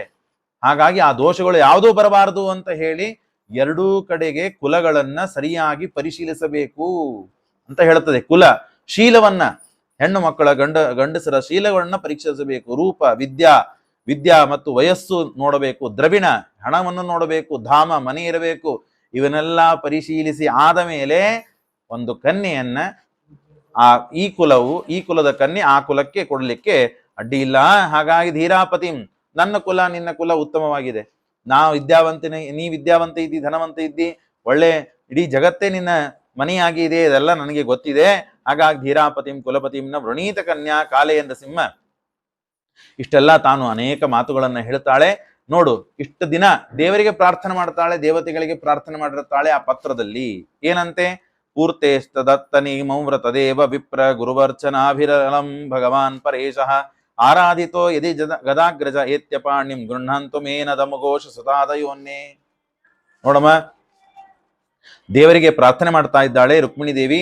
ಪೂರ್ತ ಅನ್ನಛತ್ರಗಳು, ಯಾರೇ ನಮ್ಮ ತಂದೆ ವಿಚಿತ್ರ ಏನಂದ್ರೆ, ಯಾರೇ ಅತಿಥಿಗಳು ಬರಲಿ, ಅತಿಥಿಗಳು ಬಂದ್ರೆ ರುಕ್ಮಿಣಿ ದೇವಿಯನ್ನೇ ಕರಿತಿದ್ದ. ರುಕ್ಮಿಣಿ ಬಾ, ಇಲ್ಲಿ ಬಂದಿದ್ದಾರೆ ಹಸದು, ಅವರಿಗೆ ನೀನು ಅನ್ನದಾನ ಮಾಡು, ಅನ್ನ ಹಾಕು, ಮಾಡಿ ಇಟ್ಟಿರ್ತಾರೆ, ಅನ್ನ ಬಡಿಸು.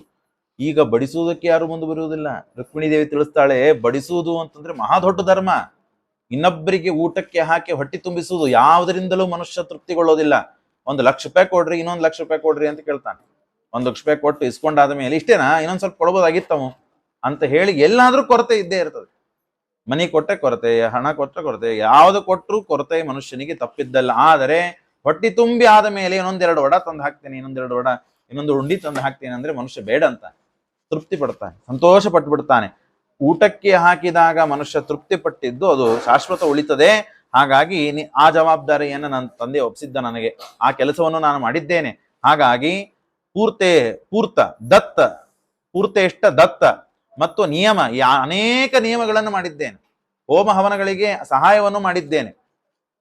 ದೇವತಾ ಮತ್ತು ಗುರುಗಳಿಗೆ, ವಿಪ್ರರಿಗೆ ಅರ್ಚನೆ ಪೂಜೆಗಳನ್ನು ಮಾಡಲಿಕ್ಕೆ ನಾನು ಅಲ್ಲಿ ಭಾಗವಹಿಸಿದ್ದೇನೆ. ಆ ಎಲ್ಲ ಪುಣ್ಯಗಳಿಂದ ಸಿಗುವುದಾದ್ರೆ ನನಗೆ ಕೃಷ್ಣ ನೀನು ಸಿಗಬೇಕು, ಬೇರೆ ಏನೂ ಬೇಡ.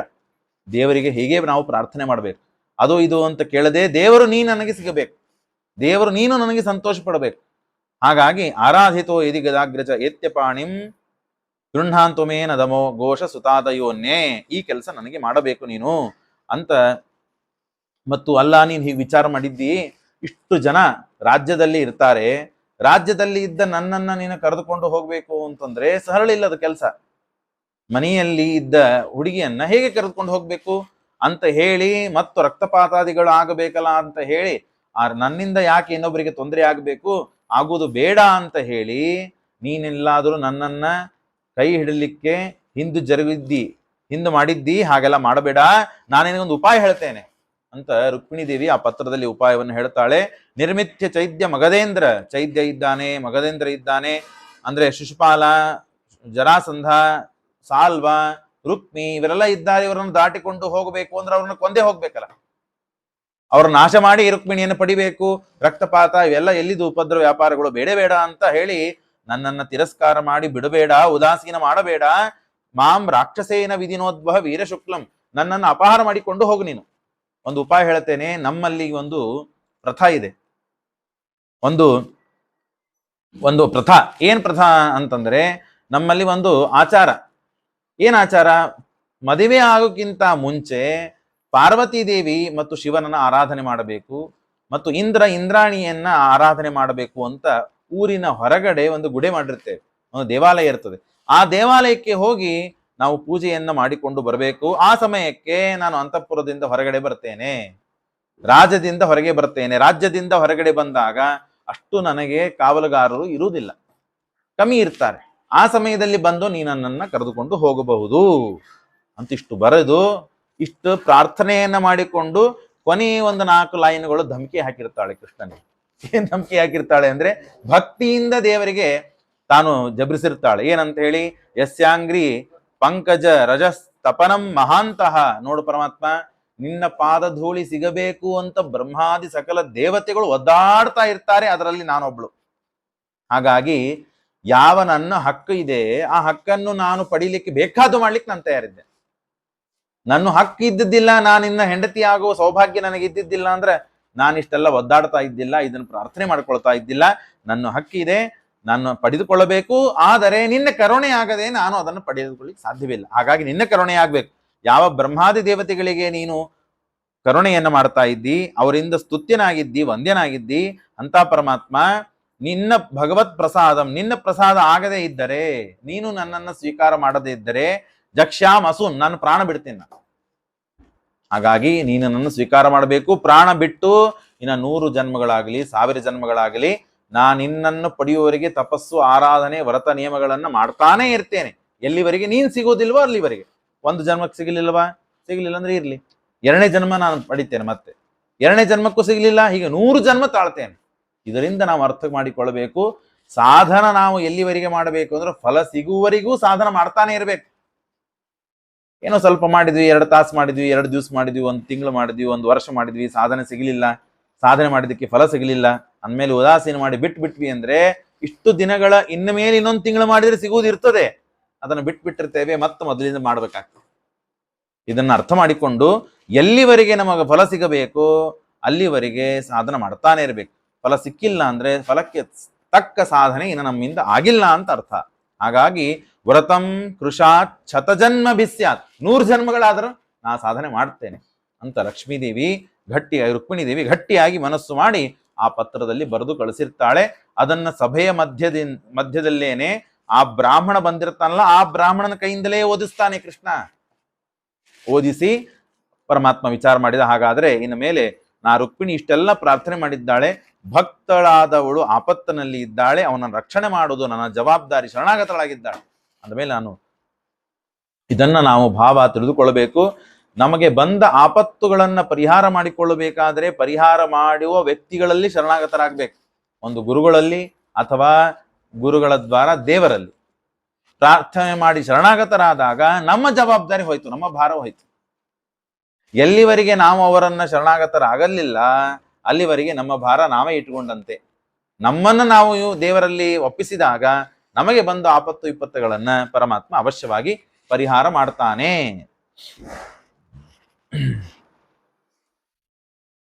ಹಾಗಾಗಿ ಆ ರುಕ್ಮಿಣಿಯ ಪತ್ರವನ್ನು ನೋಡಿ ಅವಾಗ ಪರಮಾತ್ಮ ಎದ್ದು ಆ ರಥಿಕನಿಗೆ, ಸಾರಥಿಗೆ ಎಬ್ಬಿಸ್ತಾನೆ. ಆಗ ಕುದುರೆಗಳನ್ನ ಕಟ್ಟಿಸ್ತಾನೆ. ಸಚಾಶ್ವೈಹಿ ಶೈವ ಸುಗ್ರೀವ ಮೇಘ ಪುಷ್ಪ ಬಲಾಹಕೈಹಿ, ಬಿಳಿಯಾದ ಕುದುರೆ, ಶೈವ ಸುಗ್ರೀವ ಮೇಘ ಪುಷ್ಪ ಬಲ ಅಂತ ಹೇಳಿ 5 ಕುದುರೆಗಳನ್ನ ಕಟ್ಟಿಸ್ತಾನೆ. ಕುದುರೆಗಳಲ್ಲಿಯೂ ವಿಶೇಷವಾದಂತಹ ಜಾತಿಗಳಿವೆ, ನಾಯಿಗಳಲ್ಲಿ ಜಾತಿಗಳಿವೆ. ಹೇಗೆ ಮನುಷ್ಯರಲ್ಲೇನೆ ತಾರತಮ್ಯ ಇದೆ ಅಂತಲ್ಲ, ಪ್ರಾಣಿ ಪಶು ಪಕ್ಷಿಗಳಲ್ಲಿಯೂ ತಾರತಮ್ಯ ಇದೆ. ಬೀದಿಯಲ್ಲಿ ಓಡಾಡುವ ನಾಯಿಗಳನ್ನ ಮನೆಯಲ್ಲಿ ಇಟ್ಕೊಳ್ಳುವುದಿಲ್ಲ ಶ್ರೀಮಂತರು, ಭಾರೀ ನಾಯಿಗಳನ್ನ ಇಟ್ಕೊಳ್ತಾರೆ. ಅಥವಾ ಕುದುರೆಗಳನ್ನು ಕೂಡ ಇಷ್ಟು ದೂರದಲ್ಲಿ ಹೋಗಬೇಕು, ಅದಕ್ಕೆ ಹೋಗ್ಲಿಕ್ಕೆ ಸಾಮರ್ಥ್ಯ ಇದೆ, ಸುಸ್ತಾಗುವುದಿಲ್ಲ, ನಡುವೆ ಮಧ್ಯದಲ್ಲೇ ನಮಗೆ ಕೈ ಕೊಡುವುದಿಲ್ಲ ಅಂತ ಕುದುರೆಗಳು ಇರ್ತಾವೆ ಕೆಲವು. ಅಂತಹ ಕುದುರೆಗಳನ್ನ 10 ಕಿಲೋಮೀಟರ್ ಓಡ್ಲಿಕ್ಕೆ ಒಂದು ಕುದುರೆಗಳು, ವೇಗವಾಗಿ ಹೋಗ್ಲಿಕ್ಕೆ ಬೇರೆ ಬೇರೆ ಕುದುರೆಗಳು. ಇದು ಅಹೋರಾತ್ರಿ ಸಾಗಬೇಕಾದ ಕುದುರೆ. ಅಂತ ಕುದುರೆಗಳು ಮೇಘ ಸುಗ್ರೀವ ಪುಷ್ಪ ಬಲಾಹಕ ಅಂತ ಕುದುರೆಗಳನ್ನ ಅನರ್ಥಾದ್ ಏಕರಾತ್ರೇಣ, ಒಂದೇ ರಾತ್ರಿಯಲ್ಲಿ ದ್ವಾರಕೆಯಿಂದ ವಿದರ್ಭ ನಾಗಪುರಕ್ಕೆ ತಾನು ಸಾಗಬೇಕಾಗಿದೆ ಕೃಷ್ಣ. ಹಾಗಾಗಿ ಆ ಕುದುರೆಗಳನ್ನ ಹಾಕಿದ್ದಾನೆ. ರಾಜಾಸ ಕುಂಡಿನಪತಿ ಪುತ್ರ ಸ್ನೇಹ ವಶಂಗತ, ಇಷ್ಟೆಲ್ಲ ಇದೆ, ನಡೀತಾ ಇದೆ. ಆದ್ರೆ ಹೇಗೆ ಆ ದುರ್ಯೋಧನ ವಶನಾದ ಧೃತರಾಷ್ಟ್ರ, ಹಾಗಾಗಿ ಮಾಡಬಾರದ ಎಲ್ಲ ಕೆಲಸಗಳನ್ನು ಮಾಡಿದ. ಯದ್ಯಪಿ ಕೃಷ್ಣನ ಮಹಿಮೆ ಗೊತ್ತಿದ್ದು, ಧೃತರಾಷ್ಟ್ರ ಸಾಮಾನ್ಯನಾದ ಧೃತರಾಷ್ಟ್ರ ಅಂತನೋ ಗಂಧರ್ವ, ಅವನು ಶಾಪದಿಂದ ಅವನು ಎಲ್ಲ ಕಥೆಗಳಿವೆ. ಹಾಗಾಗಿ ಭೂಲೋಕದಲ್ಲಿ ಅವನು ಆವರಿತನಾಗಿ, ದುರ್ಯೋಧನಿಂದ ಆವರಿತನಾದಿ ಎಲ್ಲ ಕೆಟ್ಟ ಕರ್ಮಗಳನ್ನು ಮಾಡಿದ ಹೇಗೋ ಹಾಗೆ ಇವನು ಕೂಡ ಯದ್ಯಪಿ ದೇವರ ಭಕ್ತನಾಗಿದ್ದರೂ ಆ ರಾಜ ತಾನು ಆ ಪುತ್ರ ಸ್ನೇಹ ವಶನಾಗಿ ಶಿಶುಪಾಲನಿಗೆ ಕೊಡಬೇಕು ಅಂತ ಗಟ್ಟಿಯಾಗಿ ಕೂತಿದ್ದಾನೆ. ಆಗ ಪುರಂ ಸಂವೃಷ್ಟಿ ಸಂವೃಕ್ತ ಮಾರ್ಗ ರಥ್ಯ ಚತುಷ್ಕದಂ ಚಿತ್ರಧ್ವಜ ಪತಾಕೈಭಿ ತೋರಣೈ, ಎಲ್ಲರೂ ಕೂಡ ಎಲ್ಲ ಕಡೆಗೆ ತೋರಣಗಳು, ಸುಗಂಧ ದ್ರವ್ಯಗಳು, ಮಾಲೆಗಳು, ಹಾರೆಗಳು. ಒಂದು ಮನೆಯಲ್ಲಿ ಮದುವೆ ನಡೀತಾ ಇದೆ ರಾಜ್ಯದಲ್ಲಿ, ಆದರೆ ಸುತ್ತಮುತ್ತಲು ಇದ್ದ ಜನ ನಮ್ಮ ಮನೆಯಲ್ಲಿ ಮದುವೆ ಇದೆ ಅಂತನ್ನುವ ವಾತಾವರಣ ಅಲ್ಲೆಲ್ಲ ಕಡೆ ಹರಡಿದ್ದಾರೆ. ಸ್ರಗ್ಗಂಧ ಮಾಲ್ಯ ಭರಣೈಹಿ, ಎಲ್ಲರೂ ಕೂಡ ಹೆಣ್ಣು ಮಕ್ಕಳು ಒಳ್ಳೆ ಒಳ್ಳೆ ಸೀರೆಗಳನ್ನ, ಆಭರಣಗಳನ್ನ, ಮಾಲೆಗಳನ್ನ ಉಟ್ಟುಕೊಂಡು ತೊಟ್ಟುಕೊಂಡು ಭಾರಿ ಮತ್ತು ಸುವಾಸನೆಯರು ಸಿದ್ಧರಾಗಿದ್ದಾರೆ. ವೇದವನ್ನು ಹೇಳುವ ವೇದ ಬಲ್ಲವರು ವೇದವನ್ನ ಹೇಳ್ತಾ ಇದ್ದಾರೆ. ಅಲ್ಲೆಲ್ಲ ವಿಚಿತ್ರ ವಾತಾವರಣ ನಡೆದು ಹೋಗ್ತಾ ಇದೆ. ಪಿತೃಗಳಿಗೆ ತರ್ಪಣ ಕೊಡ್ತಾ ಇದ್ದಾರೆ, ದೇವತೆಗಳಿಗೆ ಅರ್ಚನೆ ಮಾಡ್ತಾ ಇದ್ದಾರೆ, ಬ್ರಾಹ್ಮಣರಿಂದ ಆಶೀರ್ವಾದ ಪಡಿತಾ ಇದ್ದಾರೆ. ಭೋಜಯಿತ್ವ ಅಥಾನ್ಯಾಸಂ ವಾಚಯಾಮಾಸ ಮಂಗಲಂ, ಎಲ್ಲರಿಗೆ ಅನೇಕ ಜನರಿಗೆ ಊಟಕ್ಕೆ ಹಾಕ್ತಾ ಇದ್ದಾರೆ. ಸುಸ್ನಾತಾಂ ಸುದಿಂ ಕನ್ಯಾಂ ಕೃತಕೌತುಕ ಮಂಗಲಾಂ, ಇಷ್ಟೆಲ್ಲ ಪರಿಸ್ಥಿತಿ ವಾತಾವರಣ ಅಲ್ಲಿ ನಡೀತಾ ಇದೆ. ಅಹತಾಂ ಶುಕ ಯುಗ್ಮೇನ ಭೂಷಿತಾಂ ಭೂಷಣೋತ್ತಮೈಹಿ, ಆಗ ಬ್ರಾಹ್ಮಣರು ಋಗ್ವೇದ, ಯಜುರ್ವೇದ, ಸಾಮವೇದ, ಅಥರ್ವಣ ವೇದ, ನಾಲ್ಕು ವೇದಗಳಿಂದ ಮತ್ತು ರುಕ್ಮಿಣಿಗೆ ಮತ್ತು ಭೀಷ್ಮಕ ರಾಜನಿಗೆ ಆಶೀರ್ವಾದವನ್ನು ಮಾಡ್ತಾ ಇದ್ದಾರೆ. ಪುರೋಹಿತೋ ಅಥರ್ವ ವೇದದಿಂದ ಪುರೋಹಿತರು ಆಶೀರ್ವಾದ ಮಾಡಿ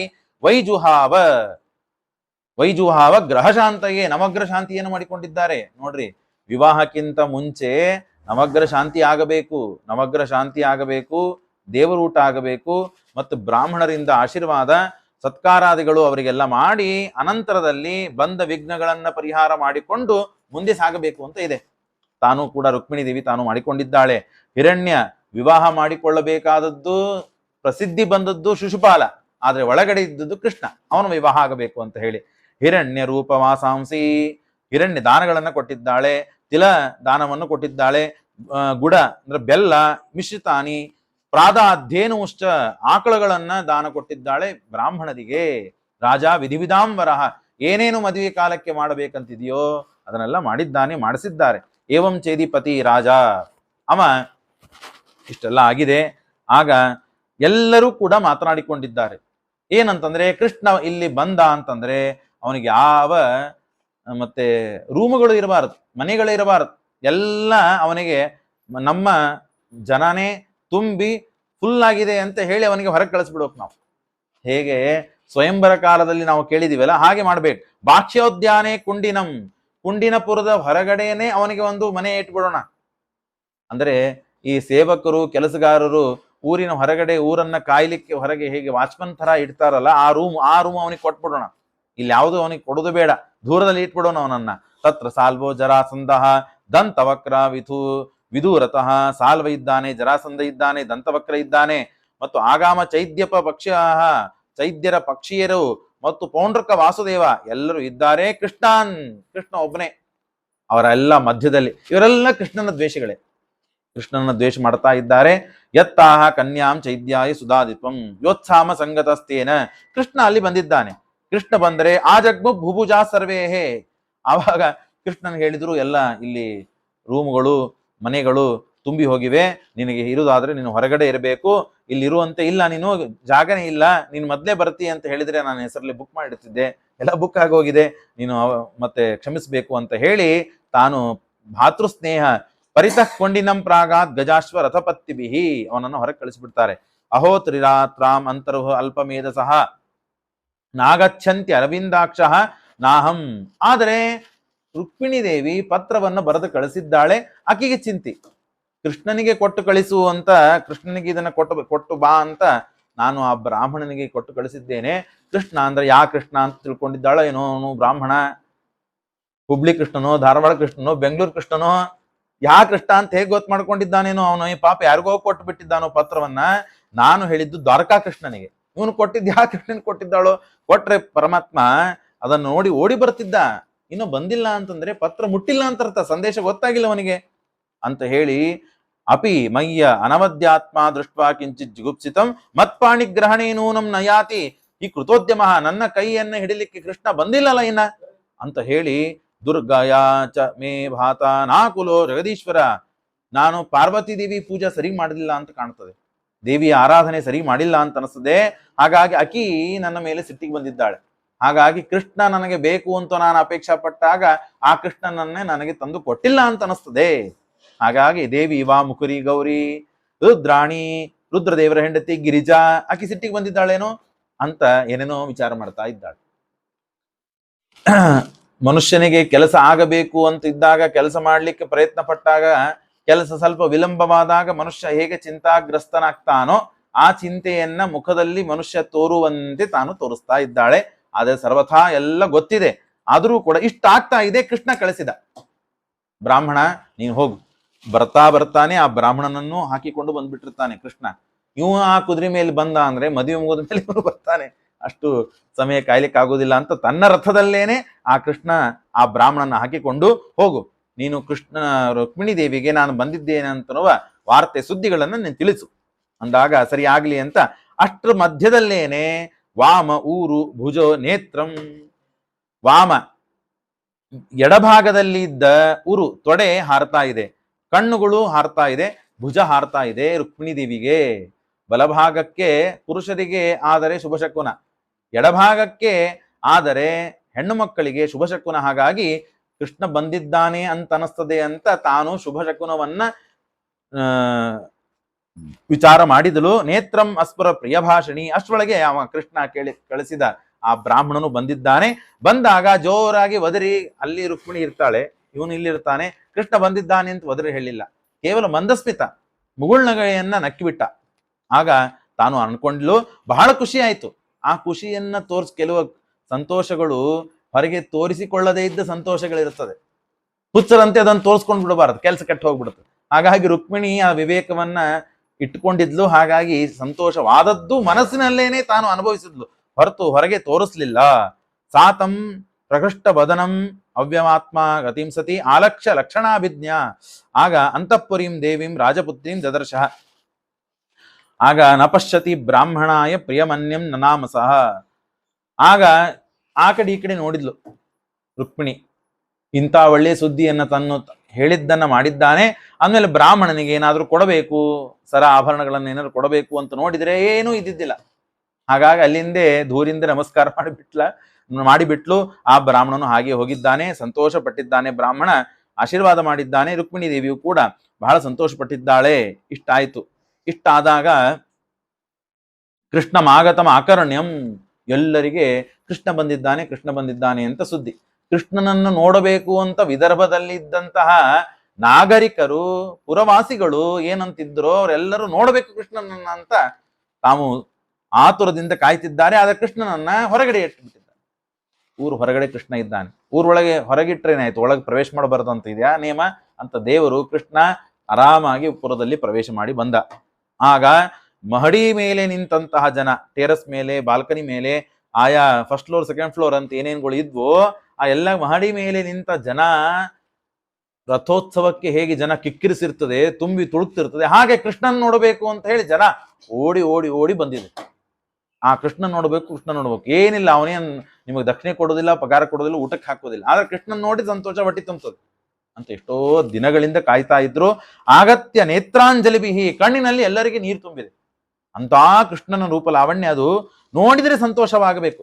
ರಾಮನ ಸಂದರ್ಭದಲ್ಲಿ ಆಯ್ತು. ಈಗ ರಾಮ ಅಯೋಧ್ಯೆಯಲ್ಲಿ ಇದ್ದಾಗ ರಾಮನ ವೈಭವ ಹೀಗಿತ್ತು, ಅದೇ ಕೃಷ್ಣನ ವೈಭವನು ಹಾಗೆ ಇದೆ. ತಸ್ಸೇವ ಭಾರಿ, ಅವಾಗೆಲ್ಲ ಪರಸ್ಪರ ಮಾತನಾಡ್ತಾ ಇದ್ದಾರೆ. ಏನು ಕೃಷ್ಣ ಇವನು, ಏನು ತೇಜಸ್ಸು, ಏನು ಗುಣಗಳು, ಏನು ಕಾಂತಿ, ಇಂಥ ಕೃಷ್ಣನಿಗೆ ನಮ್ಮ ರುಕ್ಮಿಣಿ ಸಿಗಬೇಕು.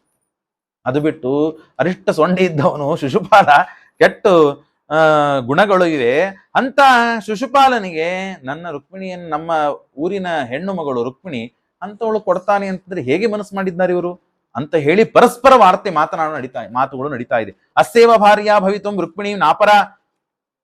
ಅಸೋ ಅನಬದ್ಯ, ಯೋಗ್ಯವಾದ ಹುಡುಗ ಅಲ್ಲವನು, ಶಿಶುಪಾಲ, ಹಾಗಾಗಿ ಅವನನ್ನು ಕೊಡಬಾರದು. ಭೀಷ್ಮಕರಾಜ್ ಹೇಗೆ ವಿಚಾರ ಮಾಡಿದ್ದಾನೆ, ಸರಿ, ಅದು ದಲ್ಲಿದು. ನಮ್ಮ ಏನಾದ್ರೂ ಪುಣ್ಯ ಇದ್ದರೆ, ಊರಿನ ಜನ ಮಾತನಾಡ್ತಾ ಇದ್ದಾರೆ, ನಾವು ಇಷ್ಟು ದಿವಸ ಏನಾದ್ರೂ ಪುಣ್ಯ ಕೆಲಸಗಳನ್ನು ಮಾಡಿದ್ರೆ, ಏನೋ ದೇವರ ಪೂಜಾದಿಗಳನ್ನು ಮಾಡಿದ್ರೆ, ಆ ಪೂಜಾದಿಗಳು ಪುಣ್ಯ ಕೆಲಸದಿಂದ, ಆ ಪೂಜಾದಿಗಳಿಂದ ಬಂದ ಪುಣ್ಯ ಏನಿದೆ, ಆ ಪುಣ್ಯ ನಾವು ಧಾರೆ ಎರೆದು ಕೊಡ್ತೇವೆ, ರುಕ್ಮಿಣಿ ಕೃಷ್ಣನಿಗೆ ಸಿಗಬೇಕು. ಅಂದ್ರೆ ಊರಿನ ಜನಕ್ಕೆ ಸಮ್ಮತಿ ಇಲ್ಲ, ರಾಜ್ಯದಲ್ಲಿ ಇದ್ದ ಜನಕ್ಕೆ ಸಮ್ಮತಿ ಇಲ್ಲ, ಕುಟುಂಬದವರಿಗೆ ಸಮ್ಮತಿ ಇಲ್ಲ.